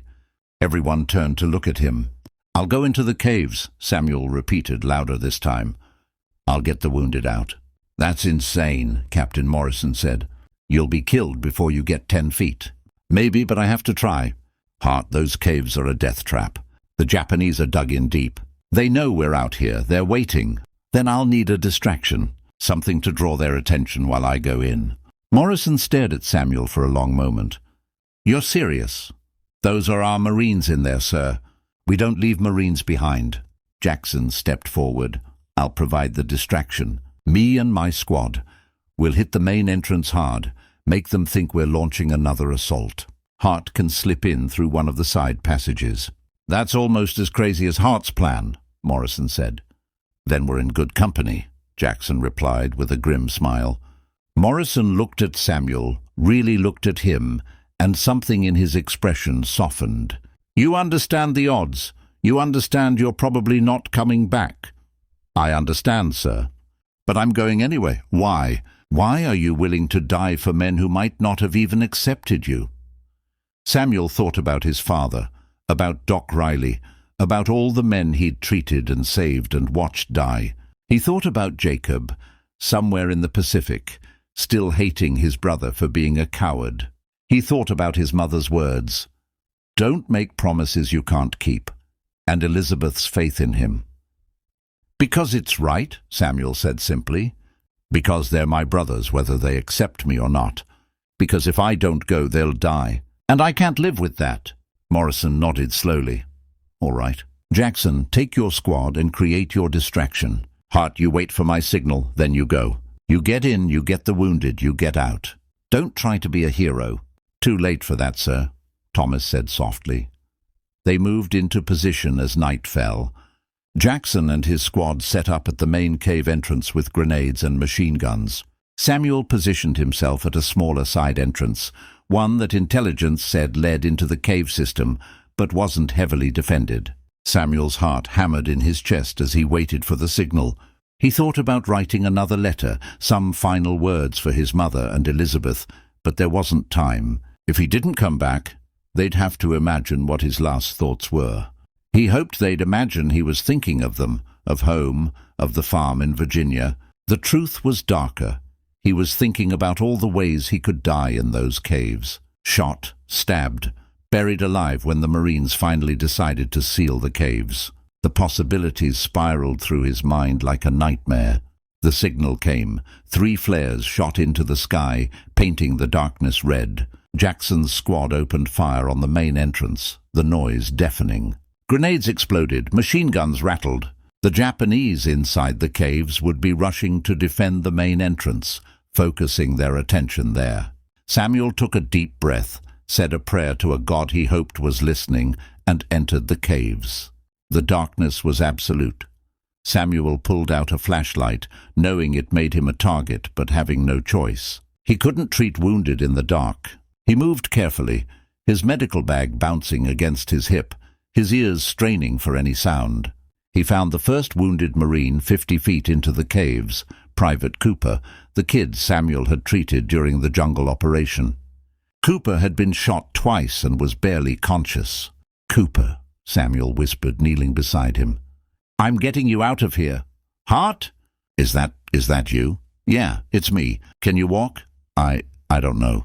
Samuel bandaged Cooper's wounds as quickly as he could, then helped him to his feet. Together, they stumbled back toward the entrance. Samuel got Cooper outside, handed him off to waiting Marines, then went back in. The second Marine was dead. Samuel found him with his rifle still in his hands, his face frozen in an expression of fear and determination. Samuel closed the dead Marine's eyes and moved on. He couldn't help the dead, only the living.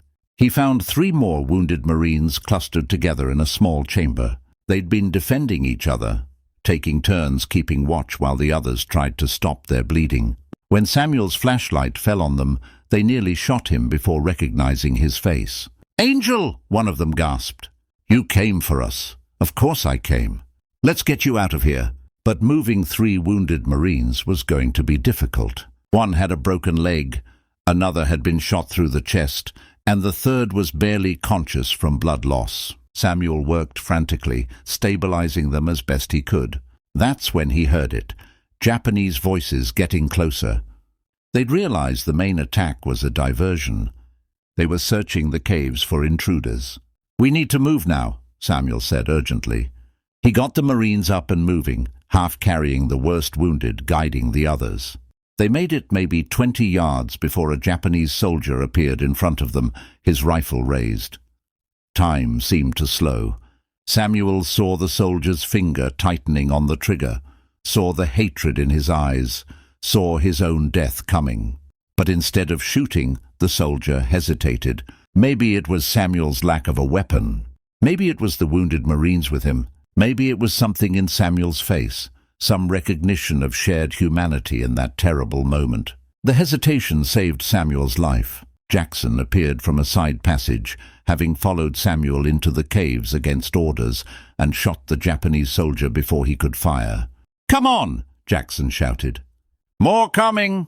They ran, or as close to running as they could manage with 3 wounded Marines.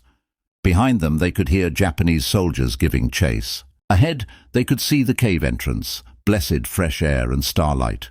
They burst out of the caves into the arms of waiting Marines. Machine guns opened up, providing covering fire, driving the pursuing Japanese back into the caves. Samuel and Jackson got the wounded clear, then collapsed, gasping for breath. "You're crazy," Jackson panted. "Absolutely crazy."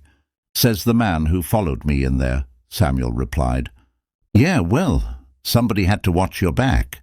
Captain Morrison appeared above them, his face a mixture of anger and admiration. "Hart, I ought to court-martial you for taking that risk." "But you won't, sir," Samuel said, still catching his breath. "No, I won't. Because you just saved 4 Marines who would have died in those caves." Morrison shook his head. "The Angel of the Ridge. The name fits." As the medics took the wounded Marines away for further treatment, Samuel sat on the ground, his hands shaking from adrenaline crash.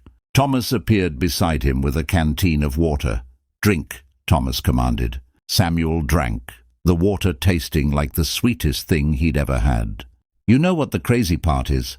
Thomas said. "I'm not even surprised anymore. This is just what you do. You run into danger to save people." "Someone has to," Samuel said. "But it doesn't have to be you, not every time. You're going to get yourself killed, Sam." "Maybe, but not today." "Not today," Thomas agreed. He was quiet for a moment. "I got a letter from my mother. She wants to meet you after the war. Says anyone who can turn a cynic like me into someone who believes in heroes must be special." Samuel laughed, a sound that felt strange after the horror of the caves. "Tell her I'm not a hero. I'm just doing what I think is right." That's what heroes always say. The weeks blurred together after the cave operation. More battles, more wounded, more death. The island was taken, inch by bloody inch, and then they moved to another island. And another, and another. Samuel lost count of how many Marines he treated, how many lives he saved, how many men he watched die despite his best efforts. The weight of it accumulated like stones in his chest, each death adding to the burden until he sometimes wondered how he could still breathe. He dreamed of the dead every night. They came to him with questions he couldn't answer. Why did you save him and not me? Why was I the one who didn't make it? Could you have done more? The dreams left him exhausted, hollow, questioning everything. But every morning he got up and did it again, because that's what was required, because men needed him. because he'd made a promise to himself and his father that he would honor life, not take it, and that meant saving every life he possibly could. Thomas noticed the change in Samuel, saw the way the war was eating at him from the inside. "You need to talk about it," Thomas said one evening. "Talk about what?"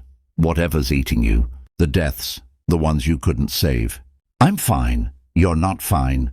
You're barely sleeping. You're barely eating. You're working yourself to death." Samuel was quiet for a long time. When he finally spoke, his voice was barely above a whisper. "I keep thinking about Doc Riley, about how he told me that the hardest part isn't the blood, or the wounds, or the death. It's the choices, having to decide who gets treated first, who has to wait, knowing that waiting might mean dying. You've made good choices, Sam. You've saved more lives than anyone could reasonably expect. But not all of them, not enough of them. There are men who died because I chose to treat someone else first. Men who bled out while I was working on someone I thought had a better chance. How do I live with that?" Thomas put his hand on Samuel's shoulder. "You live with it the same way every doctor and every medic lives with it. You remember that you're only human, that you did the best you could with what you had, that the men who died would have died anyway if you hadn't been there." "How do you know that?" "Because I know you. You never give up. You never stop fighting for them. If there was anything more you could have done, you would have done it." Thomas squeezed Samuel's shoulder. "The fact that it hurts means you're still human. The day it stops hurting is the day you've lost yourself." The news from home was rare and precious. Letters took weeks to arrive, and they came in batches, sometimes arriving all at once after months of nothing. Samuel treasured every letter from his mother and Elizabeth, reading them until the paper was worn thin. Elizabeth's letters were full of life from home. News about the farm, about people in town, about her work at the hospital where she'd trained as a nurse. She never mentioned the whispers about Samuel, the people who still called him a coward, but Samuel knew they were there. He could read between the lines, see what she wasn't saying. In one letter she wrote, "Your mother is well, though she worries constantly. She keeps a map on the kitchen wall, marking off the islands she's heard about in the news, trying to figure out where you might be. She prays for you every night, we all do." In another, "I think of you constantly, of your gentle hands and your fierce heart, of the boy who spent an hour trying to save a rabbit, and the man who runs into fire to save his brothers. Come home to me, Samuel, please come home." Her words sustained him through the darkest times, reminded him that there was a world beyond the war, a future worth surviving for. His mother's letters were shorter but no less precious. She wrote about the farm, about the changing seasons, about the garden she was keeping. She never mentioned Jacob directly, but sometimes she'd write things like, "I pray for both my sons every day," or "I hope you boys are taking care of each other," even though she had to know that Samuel and Jacob weren't together, weren't speaking, might never speak again. Jacob never wrote. Samuel had sent him a dozen letters, but there was never a response. Samuel didn't know if Jacob was reading the letters and choosing not to respond, or if he was throwing them away unopened. Either way, the silence was its own answer. The war ground on. Another island, another battle. This one was called Tarawa, and it was hell on earth. The Japanese were dug into bunkers made of logs and coral, nearly impervious to naval bombardment. The Marines had to take every bunker by hand, with flamethrowers and explosives and close-quarters combat. The casualties were horrific. In the first hour of the assault, the Marines suffered more casualties than in entire battles on other islands. The beach was a killing ground, bodies floating in the surf, wounded men crying out for help while machine guns raked the water. Samuel went ashore with the second wave. He hit the water and immediately knew this was going to be worse than anything he'd experienced. The water was chest-deep and full of bodies. Japanese machine guns fired from concealed positions. Mortars fell among the Marines, throwing up geysers of water and blood. He made it to the beach and immediately started treating wounded. There were so many, too many. He moved from casualty to casualty in a daze, his hands working automatically, his mind retreating to some quiet place where he didn't have to process the horror around him. A Marine staggered past him, his arm blown off at the shoulder, calling for his mother. Samuel tackled him, got a tourniquet on the stump, injected morphine. The Marine's eyes glazed over as the drug took effect. "Am I going to die?" the Marine asked. "Not if I can help it," Samuel replied. He dragged the Marine to a shell crater where several other wounded men were sheltering, then went back for more. Again and again, he moved through the chaos, treating wounds, stabilizing casualties, ignoring the bullets that snapped past his head and the explosions that threw him to the ground. At some point he realized he was covered in blood, other people's blood, his own blood from shrapnel wounds he didn't remember receiving. His medical bag was nearly empty. He was working on instinct now, muscle memory, the training that had been drilled into him carrying him through when conscious thought became impossible. Jackson appeared beside him, firing his rifle at a Japanese machine gun position. "Hart, we need to fall back. This position is getting overrun. I've got wounded here who can't be moved." "Then we hold this position." Jackson dropped beside Samuel and started firing at the approaching Japanese soldiers. More Marines joined them, forming a defensive perimeter around the wounded. They held for 30 minutes that felt like 30 hours. Fighting off wave after wave of Japanese attacks. Samuel worked through it all, treating new casualties even as the battle raged literally over his head. Finally, American tanks arrived, their heavy guns silencing the Japanese positions. The immediate threat passed, and Samuel could focus entirely on the wounded. He treated 23 men in that shell crater, working until every one of them was stabilized and ready for evacuation. When it was over, when the wounded had been moved to aid stations and he could finally stop, Samuel's legs gave out. He sat down in the blood-soaked sand and stared at his hands. They were shaking so badly he couldn't make them stop. Thomas found him there, sitting alone among the debris of battle. "Sam," Thomas said softly. "You okay?" Samuel looked up at his friend, and something in his face must have scared Thomas, because the other man's expression changed to alarm. "I can't do this anymore," Samuel whispered. "I can't. There's too many. Too much death. Too much blood. I can't save them all, and I can't stop trying, and it's breaking me." Thomas sat down beside him in the bloody sand. "Then break. Let yourself break. You've earned it." And Samuel did. He broke. He cried like he hadn't cried since he was a child.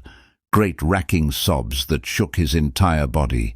He cried for Doc Riley, for all the men he'd watched die, for his father's ghosts, for his brother's hatred, for the terrible weight of trying to be an angel when he was only human. Thomas held him while he cried, didn't say anything, just provided a presence, an anchor in the chaos. When the storm finally passed, Samuel felt emptier, but somehow lighter, as if crying had released some of the pressure that had been building inside him. "Better?" Thomas asked. "I don't know, maybe." Samuel wiped his eyes, embarrassed. "I'm sorry." "Don't apologize for being human. I'm supposed to be strong. The men depend on me. You are strong. You're the strongest person I know. But even the strongest people break sometimes. That doesn't make you weak. It makes you real." Samuel looked at Thomas, really looked at him, and saw something in his friend's face he'd never noticed before. The same weight, the same exhaustion, the same barely controlled desperation. They were all breaking, all trying to hold themselves together with willpower and duty and the desperate need to survive. "How do you do it?" Samuel asked. "How do you keep going? Same as you." "One day at a time, one wounded man at a time, one breath at a time," Thomas smiled slightly. "And by having friends who understand. We're in this together, Sam. You're not alone." The battle for Tarawa lasted 3 days. When it was over, the Marines held the island, but the cost had been staggering. Over 1,000 Marines dead, twice that many wounded. Samuel had treated over 100 wounded men, working almost non-stop for 72 hours. When the casualty reports came in, Captain Morrison sought Samuel out. The captain looked 10 years older than he had 3 days ago, his face haggard, his eyes haunted. "Hart," Morrison said, "I need to tell you something." Samuel looked up from the medical supplies he was organizing, preparing for the next battle, the next island, the next horror. "Your brother," Morrison continued, and Samuel's world stopped. Jacob Hart. He was on a ship that was hit by Japanese kamikazes 2 days ago. The ship went down. There weren't many survivors. Samuel felt the words hit him like physical blows. Is he alive? We don't know. His name is on the missing list, not the confirmed dead. But Sam, the survival rate from that attack was less than 20%. So he might be alive. He might be. But you need to prepare yourself for the worst. Samuel nodded mechanically. Thank you for telling me, sir. Morrison put his hand on Samuel's shoulder. I'm sorry. I know you two weren't on good terms, but he was still your brother. After Morrison left, Samuel sat alone with the news. He should feel something. Grief, fear, hope. But he felt nothing. He was too empty, too wrung out from 3 days of horror. The news about Jacob was just one more terrible thing in a world full of terrible things. It was only later, when he was alone in his foxhole, that the reality hit him. Jacob might be dead. His brother, who had called him a coward, who had refused to speak to him, who had gone to war with hate in his heart for Samuel, he might be gone forever. And Samuel would never have the chance to make things right between them. He pulled out paper and a pencil and wrote a letter, not knowing if anyone would ever read it. Dear Jacob, I don't know if you're alive to read this. I hope you are. I hope they find you, that you're on some island somewhere waiting for rescue. But if you're not, if you're gone, I need to say things I should have said a long time ago. I'm sorry I embarrassed you. I'm sorry I made things harder for Mom. I'm sorry I wasn't the brother you wanted me to be. But I'm not sorry for my choices. I'm not sorry for refusing to kill. I've saved over 200 lives now, Jake. 200 Marines who are going home to their families because I was there to patch them up, to keep them alive when death seemed certain. I wish you could see what I do. I wish you could understand that there are different kinds of courage, different ways to serve. I wish we could have talked about it, really talked, instead of you shutting me out. I love you, little brother, I always have. And whatever happens, whatever you think of me, that won't change. If you're alive, please write. Please let me know you're okay. And maybe, if you can find it in your heart, forgive me for not being what you needed me to be. Your brother, Samuel. He sealed the letter and sent it through the chaplain, addressed to Jacob's last known unit, knowing it would probably never be delivered, but needing to write it anyway. 2 weeks later, Samuel got a letter. His hands shook as he opened it, seeing the familiar handwriting, hoping against hope. It was from Jacob. Sam, I'm alive. Barely, but alive. The ship went down and I spent 2 days in the water before a destroyer picked me up. Lost a lot of good men, lost friends. It changes you facing death like that. I heard about what you've been doing, about the Angel of the Ridge. The stories have spread, Sam. Everyone knows about the conscientious objector who saves lives under fire, who refuses to carry a weapon but runs toward danger anyway. They call you a hero. I was wrong about everything. About you, about what courage means, about what it means to serve. I called you a coward. I refused to speak to you. I spent months hating you for shaming our family, for not being man enough to fight. And then I spent 2 days in the ocean, watching men drown, watching men give up, watching men die. And all I could think about was you, about how you face death every day to save lives, about how you never stop trying to make things right between us, even when I spit in your face. You're braver than I am, Sam, braver than I'll ever be, and I'm sorry. I'm so damn sorry for the things I said, for the way I treated you, for being too stupid and stubborn to see what you were really doing. Can you forgive me? Can we be brothers again? Your brother, Jake. Samuel read the letter 3 times, tears streaming down his face. Then he sat down and wrote back immediately. Jake, there's nothing to forgive. You're my brother, that's all that matters. Come home safe, we'll figure out the rest. Love, Sam. The war continued. More islands, more battles, more death. But something had changed in Samuel. He'd broken and been put back together, and the breaking had made him stronger somehow. He was still afraid, still traumatized by the constant horror, but he had a purpose now that transcended survival. He had reconciled with his brother. He had proven himself to his unit, and he had saved hundreds of lives. The final test came on an island called Okinawa. It was 1945 and the war was winding down, though nobody fighting on Okinawa knew that yet. The Japanese had turned the island into a fortress, determined to make the Americans pay in blood for every inch of ground. The fighting was the worst anyone had seen, worse than Guadalcanal, worse than Tarawa, worse than any of the other islands. Samuel's unit was assigned to take a ridge that the Marines had nicknamed Hacksaw Ridge because of the way Japanese machine guns cut down anyone who tried to climb it.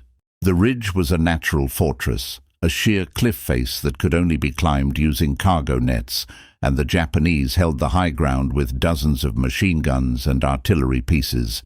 The first assault was a slaughter. Marines climbed the cargo nets and were cut down before they could even reach the top. The ones who made it to the top were pushed back by fierce counterattacks. By the end of the first day, the Marines had gained no ground and suffered over 50 casualties. Captain Morrison called his officers together that night to plan the next day's assault. Samuel wasn't an officer, but Morrison invited him anyway. "Tomorrow we try again," Morrison said, his finger tracing the ridge on the map. "We'll hit them with everything we've got. Artillery, airstrikes, naval bombardment. Then we go up, and this time we hold." "Sir," Lieutenant Patterson said, "the casualties yesterday were brutal. If tomorrow goes the same way—" "I know," Morrison interrupted. "But we have our orders. We take that ridge, whatever the cost." Samuel studied the map, his mind working. "So what about wounded evacuation? How do we get casualties down from the ridge once we're up there?" "The same way we get up, the cargo nets. It'll be slow and exposed, but it's the only way." "That means wounded men will be sitting targets while we try to get them down," Samuel said. "The Japanese will pick them off." "You have a better idea, Hart." Samuel was quiet for a moment. "Let me stay on top of the ridge. When men are wounded, I'll treat them up there and then lower them down on ropes. It'll be faster than trying to get them down the nets and less exposed." "You'll be alone up there," Morrison said, "separated from the unit. If the Japanese counterattack, you'll have no protection." "I'll have the wounded," Samuel replied. "That's protection enough." Morrison looked at Samuel for a long moment. "You're volunteering to stay on top of that ridge by yourself, treating casualties while the battle rages around you?" "Yes, sir." "That's suicide, Hart." "Maybe, but more men will survive if I'm up there than if I'm down here." Thomas, who had been standing quietly in the corner, spoke up. "I'll stay with him. Someone needs to help lower the wounded." "No," Samuel said immediately. "Thomas, you don't have to—" "I'm going," Thomas said firmly. "We're in this together, remember?" Jackson stepped forward. "Me too. Hart's going to need security. I'll stay on top with a rifle, keep the Japanese off him while he works." More Marines volunteered until Morrison had to cut them off. "Enough. Hart, you'll have a small team with you. But understand, if the ridge gets overrun, there's no guarantee anyone can get to you. You might be on your own up there." "I understand, sir." The assault began at dawn. American artillery pounded the ridge for an hour. Then planes came in with bombs and napalm. The ridge disappeared in smoke and fire. When the bombardment lifted, the Marines went up the cargo nets. This time they made it. They reached the top of the ridge and established a foothold, pushing the Japanese back. But the counterattacks came immediately, wave after wave of Japanese soldiers trying to push the Marines off the ridge. Samuel was in the thick of it from the start. He'd climbed the nets with the first wave, his medical bag bouncing against his hip, Thomas and Jackson right behind him. As soon as they reached the top, the casualties began. Samuel worked in controlled chaos, treating wounds while bullets snapped past his head and explosions shook the ground. He moved from casualty to casualty with practiced efficiency, stabilizing them, and then, with Thomas's help, lowering them down the cliff face on ropes to waiting medics below.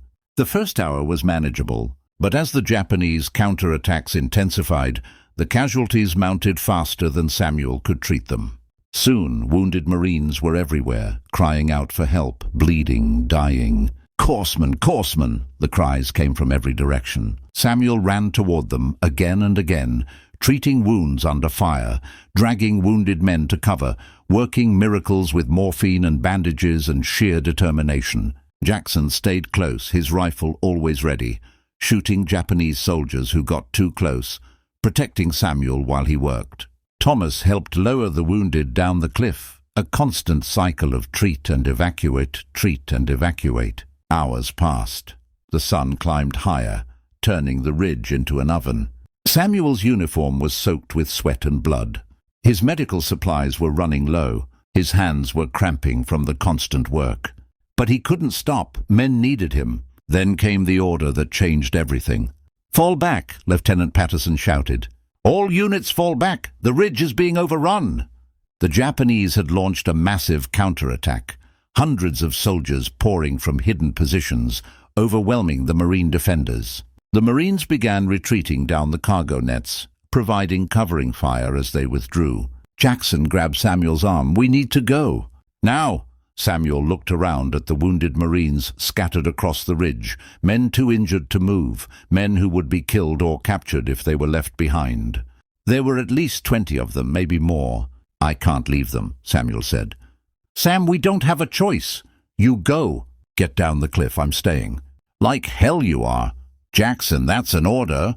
Samuel pulled away. "Get Thomas out of here.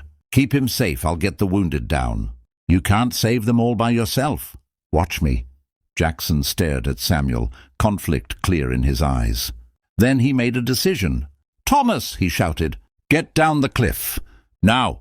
"What about Sam?" Thomas called back. "He's staying." "Go!"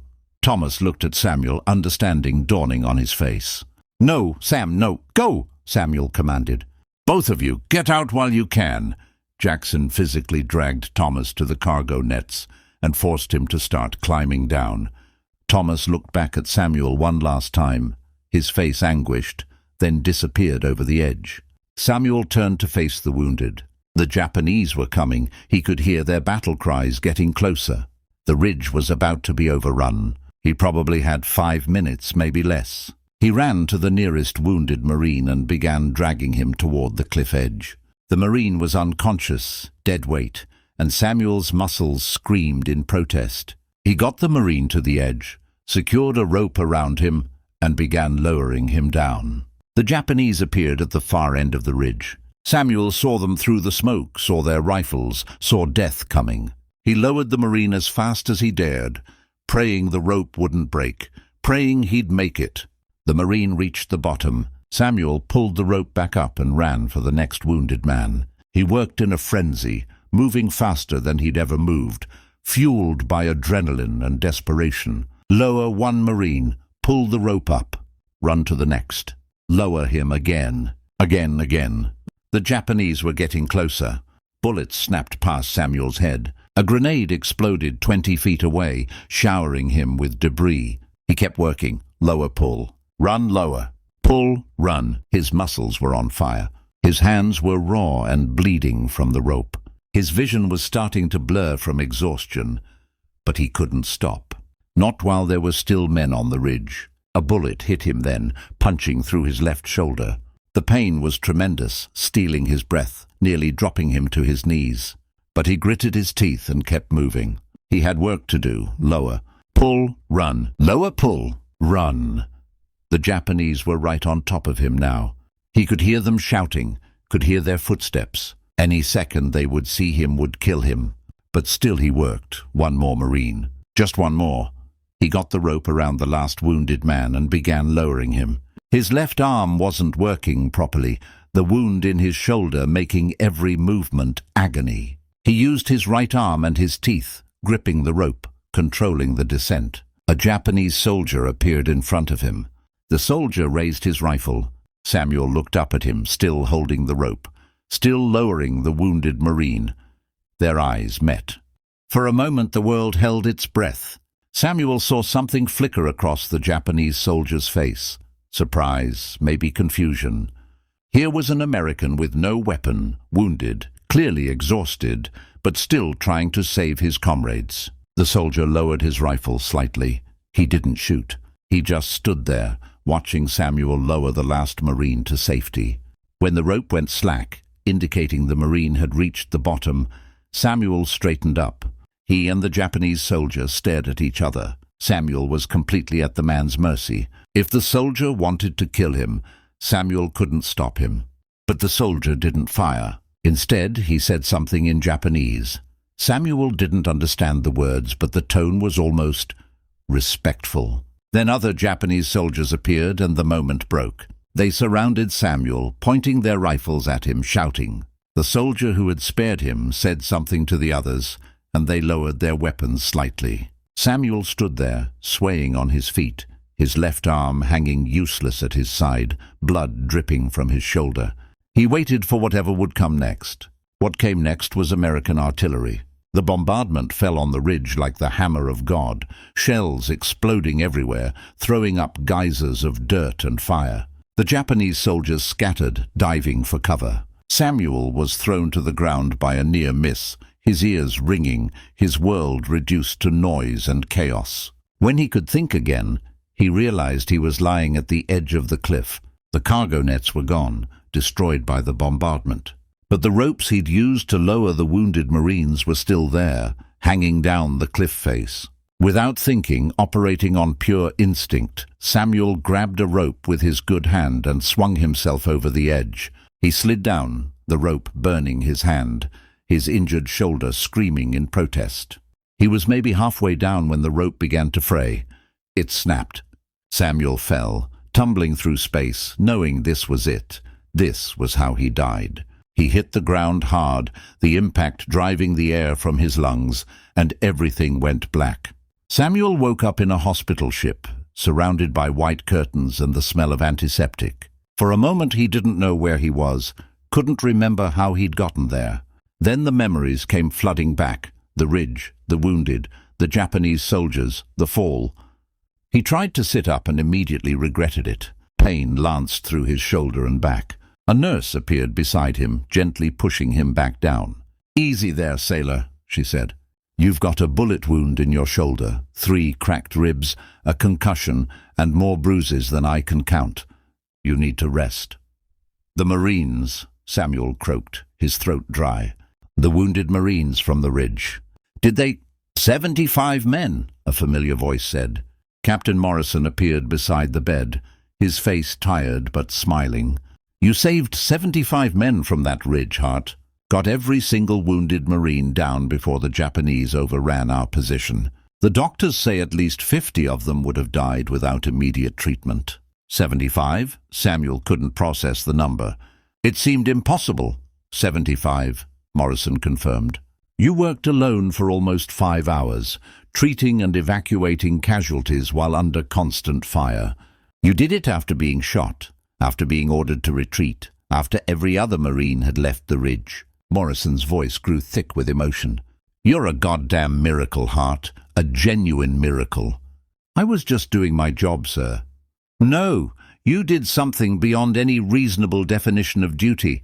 You did something impossible." Morrison pulled out a paper and set it on Samuel's bedside table. "This is a recommendation for the Medal of Honor.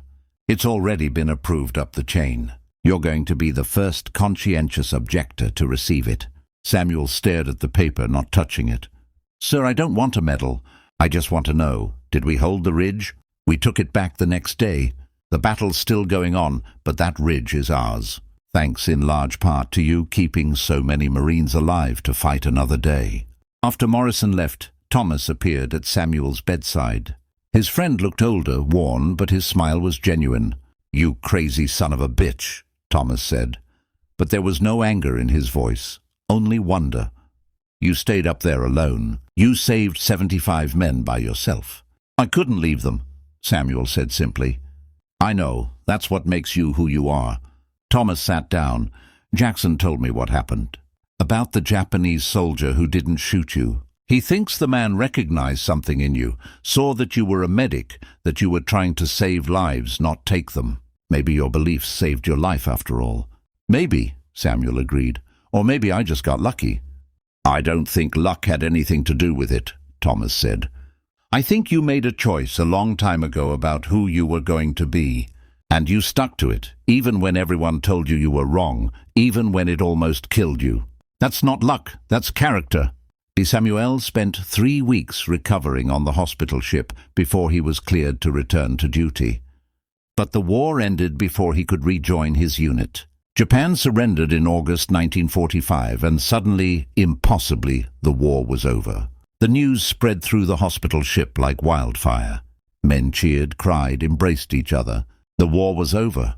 They were going home. Samuel sat on the deck that evening, watching the sun set over the Pacific, and tried to feel the joy that everyone else was feeling. But all he felt was empty, hollow. He'd survived the war, but so much of him had been left behind on those islands. His innocence, his peace, his father's Bible lost somewhere on Okinawa. He thought about all the men he'd treated, all the lives he'd saved, all the ones he'd lost. He thought about Doc Riley, who'd taught him everything and died before seeing the war's end.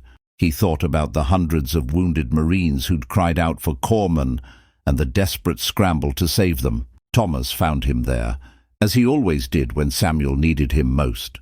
"You okay?" Thomas asked. "I don't know," Samuel admitted. "I should be happy. The war's over. I'm going home, but I just feel lost." "Yeah, lost." Thomas sat beside him. "That's normal, I think.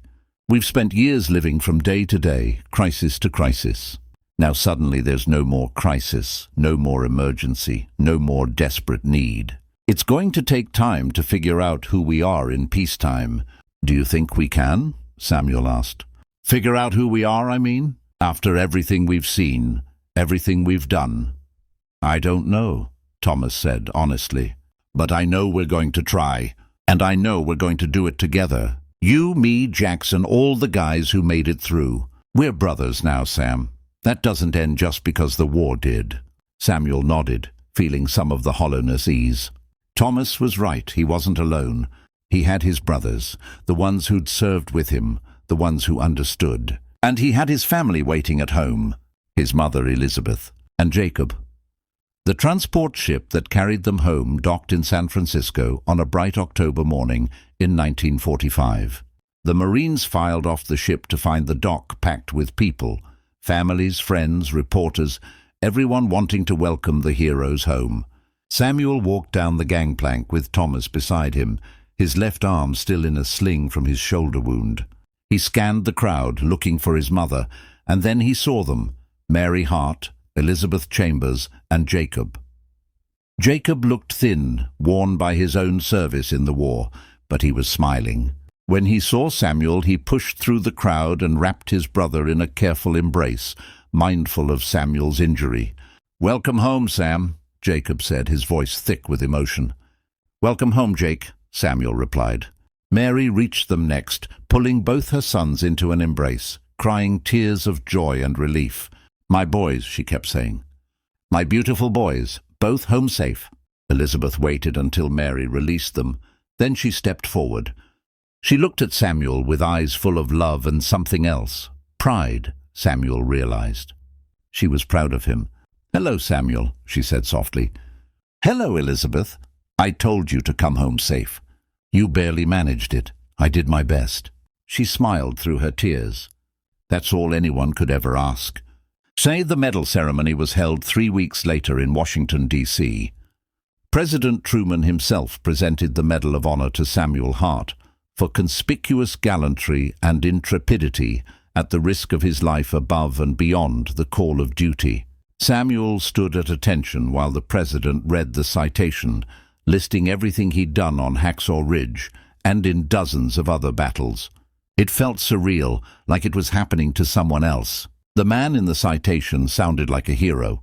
Samuel just felt like a medic who'd done his job. When Truman placed the medal around Samuel's neck, the president leaned in and whispered, "You proved something important, son. You proved that courage doesn't require violence. That service doesn't require killing. Your country is grateful." After the ceremony, reporters surrounded Samuel, asking questions, wanting to know about his experiences, about his beliefs, about what it felt like to be a conscientious objector who'd been awarded the nation's highest honor. "I didn't do it for the medal," Samuel told them. I did it because it was right. Because those men were my brothers, and you don't leave your brothers behind. My beliefs didn't make me special. They just made me determined to save lives instead of taking them. Do you have any regrets? One reporter asked. About refusing to carry a weapon? About your choices? Samuel thought about the question carefully. He thought about Doc Riley, about the Marines he'd saved, about the ones he'd lost. He thought about his father's letter, about Jacob's reconciliation, about Elizabeth's faith in him. No, he finally said, I don't regret my choices. I regret that war was necessary at all. I regret every life lost on both sides. But I don't regret trying to save lives. I don't regret holding on to my principles. And I don't regret proving that you can serve with honor without compromising your beliefs. And Samuel and Elizabeth were married in the spring of 1946 in the same small white church where Samuel had heard about Pearl Harbor 5 years earlier. Pastor Matthews performed the ceremony, and the church was packed with Marines who'd served with Samuel, Jackson, Thomas, Williams, Rodriguez, Martinez, on crutches but alive, and dozens more. Jacob stood as Samuel's best man.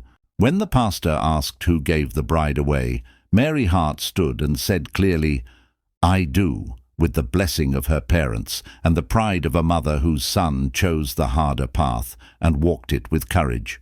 At the reception, Samuel's old unit presented him with a plaque engraved with the words, The Angel of the Ridge. Jackson made a speech that had everyone laughing and crying. I didn't like Sam when I first met him, Jackson said. Thought he was a coward. Thought he was hiding behind his religion to avoid doing his duty. I was wrong. Dead wrong. Sam Hart is the bravest man I've ever known. He ran toward danger when everyone else ran away. He saved lives when death seemed certain. He proved that courage comes in many forms, and sometimes the hardest form is refusing to hate, refusing to kill, even when the world tells you that's what makes you a man. Thomas followed with his own speech. Sam taught me that strength isn't about how much you can destroy. It's about how much you can save, how much you can protect, how much you can love even in the darkest times. He taught me that principles matter, that integrity matters, that being true to yourself is worth any price. I'm better for knowing him, we all are. Later, as Samuel and Elizabeth danced their first dance as husband and wife, she whispered in his ear, I'm so proud of you. I always believed in you, but you proved to the world what I always knew, that you're extraordinary. I'm just a medic, Samuel replied. No, Elizabeth corrected gently. You're the man who refused to kill but saved hundreds of lives. You're the man who stood by his principles when everyone told him he was wrong.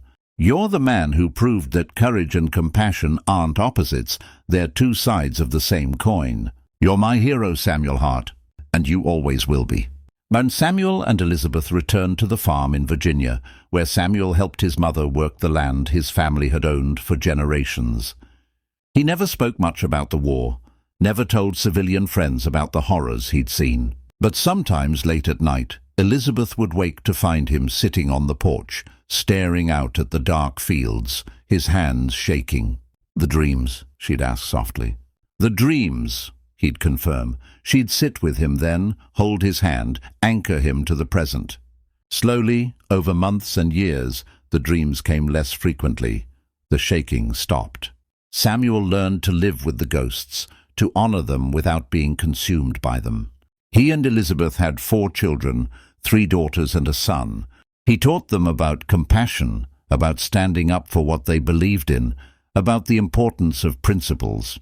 He taught them that courage came in many forms, and that sometimes the hardest battles were the ones fought within yourself.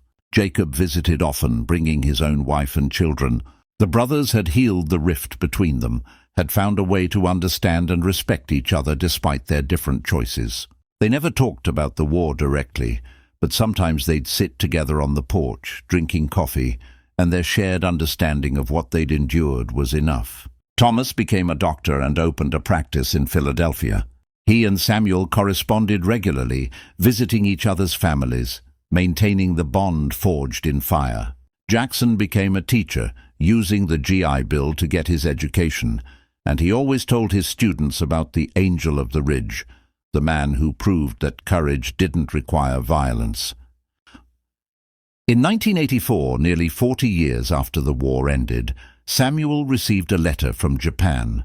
It was from a man named Takeshi Yamamoto, who wrote in careful English, "Mr. Hart, I hope this letter finds you well. I am writing because I believe we met once during the war, on a ridge on Okinawa. I was a Japanese soldier, and you were a medic treating wounded Americans. I had my rifle pointed at you, ready to fire, but something stopped me. I saw that you had no weapon.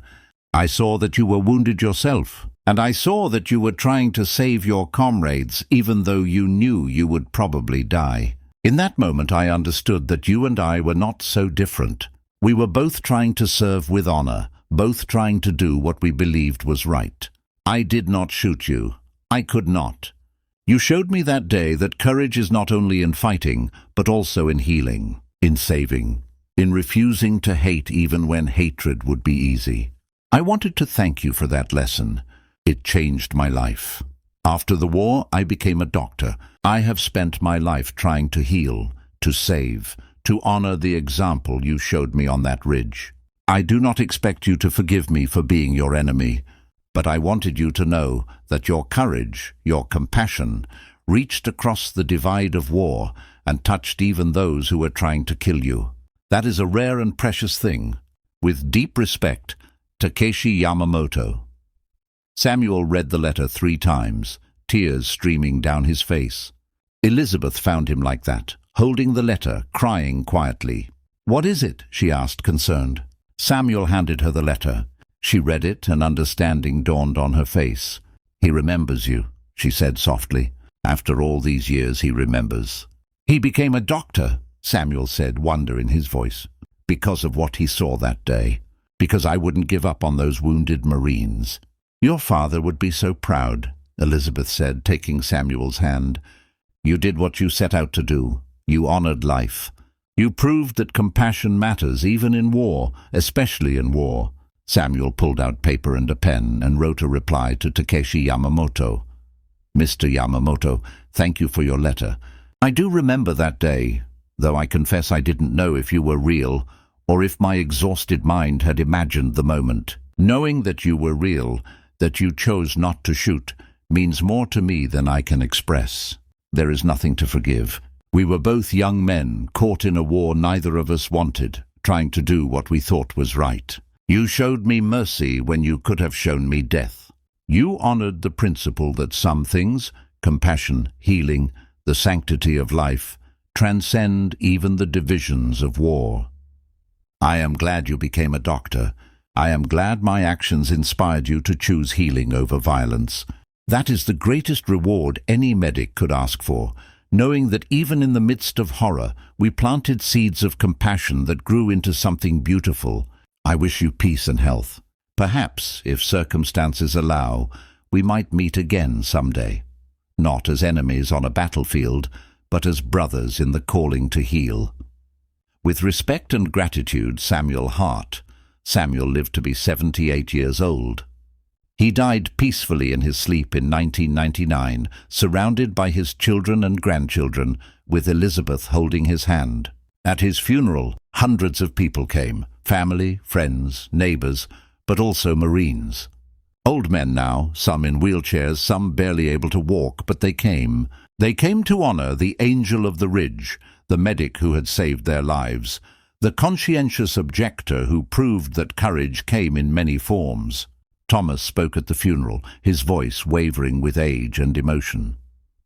Samuel Hart was my best friend for over 50 years. He was the best man I ever knew. He showed us that you could be strong without being violent, courageous without being cruel, principled without being self-righteous. He saved lives when it would have been easier to take them. He stood by his beliefs when the world called him a coward, and he never, not once, compromised who he was. The world is darker without him. But it's also brighter because he was in it, because he showed us a better way, because he proved that one person, standing alone on their principles, can change everything. Jackson spoke next, leaning heavily on a cane. Sam Hart saved my life. Not just physically, though he did that too. He saved me from becoming someone I would have hated. He showed me that strength isn't about how many enemies you can defeat. It's about how many friends you can save. He was my brother, and I'll carry his memory with me until the day I die. Jacob spoke last, tears streaming down his weathered face. Samuel was my big brother. I didn't always understand him. I didn't always appreciate him. But he never stopped loving me, never stopped trying to make things right between us. He taught me that family is about accepting each other's differences, about respecting each other's choices, about love that persists even when everything else falls apart. I'm a better man because of him. We all are. They buried Samuel in the church cemetery next to his parents. His headstone read, Samuel Hart, 1921-1999. The angel of the ridge, he saved lives. He honored principles. He proved that courage comes in many forms. Thou shalt not kill. Years after Samuel's death, historians studying World War II would cite him as an example of a different kind of heroism, the heroism of conviction, of principle, of choosing compassion over violence, even in the darkest times. Schools taught about him. Movies were made about him. His story inspired thousands of young people to think differently about courage, about service, about what it means to be truly brave. But Samuel would have said he was just a medic doing his job, just a man trying to live according to his conscience, just a boy from Virginia who believed that taking a life was wrong and spent a war proving that saving lives was right. He would have said that anyone could do what he did. That courage wasn't special or rare or extraordinary, that it was simply a choice to do what's right even when it's hard, to stand by your principles even when everyone tells you you're wrong, to honor life even when the world is drowning in death. And maybe he was right. Maybe courage is just a choice. But it's a choice that Samuel Hart made every day, in every moment, in every battle. He chose compassion over hate. He chose healing over hurting. He chose life over death. And in making that choice, again and again and again, Samuel Hart proved that one person's conviction, one person's courage, one person's unwavering commitment to their principles could change the world. He was the Marine who refused to kill, and he saved hundreds of lives by holding to that refusal. That's not just courage, that's not just heroism, that's grace. That's what it means to honor life, to serve with integrity, to be truly extraordinarily human. Samuel Hart was the angel of the ridge. But more than that, he was a reminder that even in humanity's darkest hours, even in the midst of war's terrible violence, compassion still matters.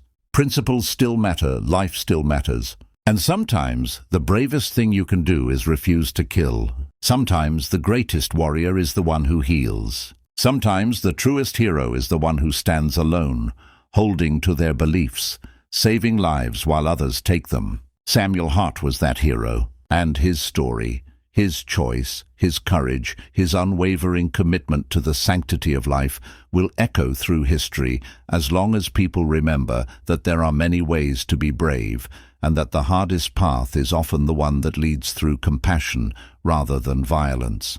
Rest in peace, Angel. Your work is done. Your legacy lives on, and the lives you saved, all those hundreds of Marines who went home because of you, are your monument, your testimony, your proof that one person, believing in something bigger than themselves, can make all the difference. That's the story of Samuel Hart, the Marine who refused to kill, the angel of the ridge, the man who proved that courage and compassion are not opposites, but two sides of the same extraordinary coin. And that's a story worth remembering, worth telling, worth honoring, forever.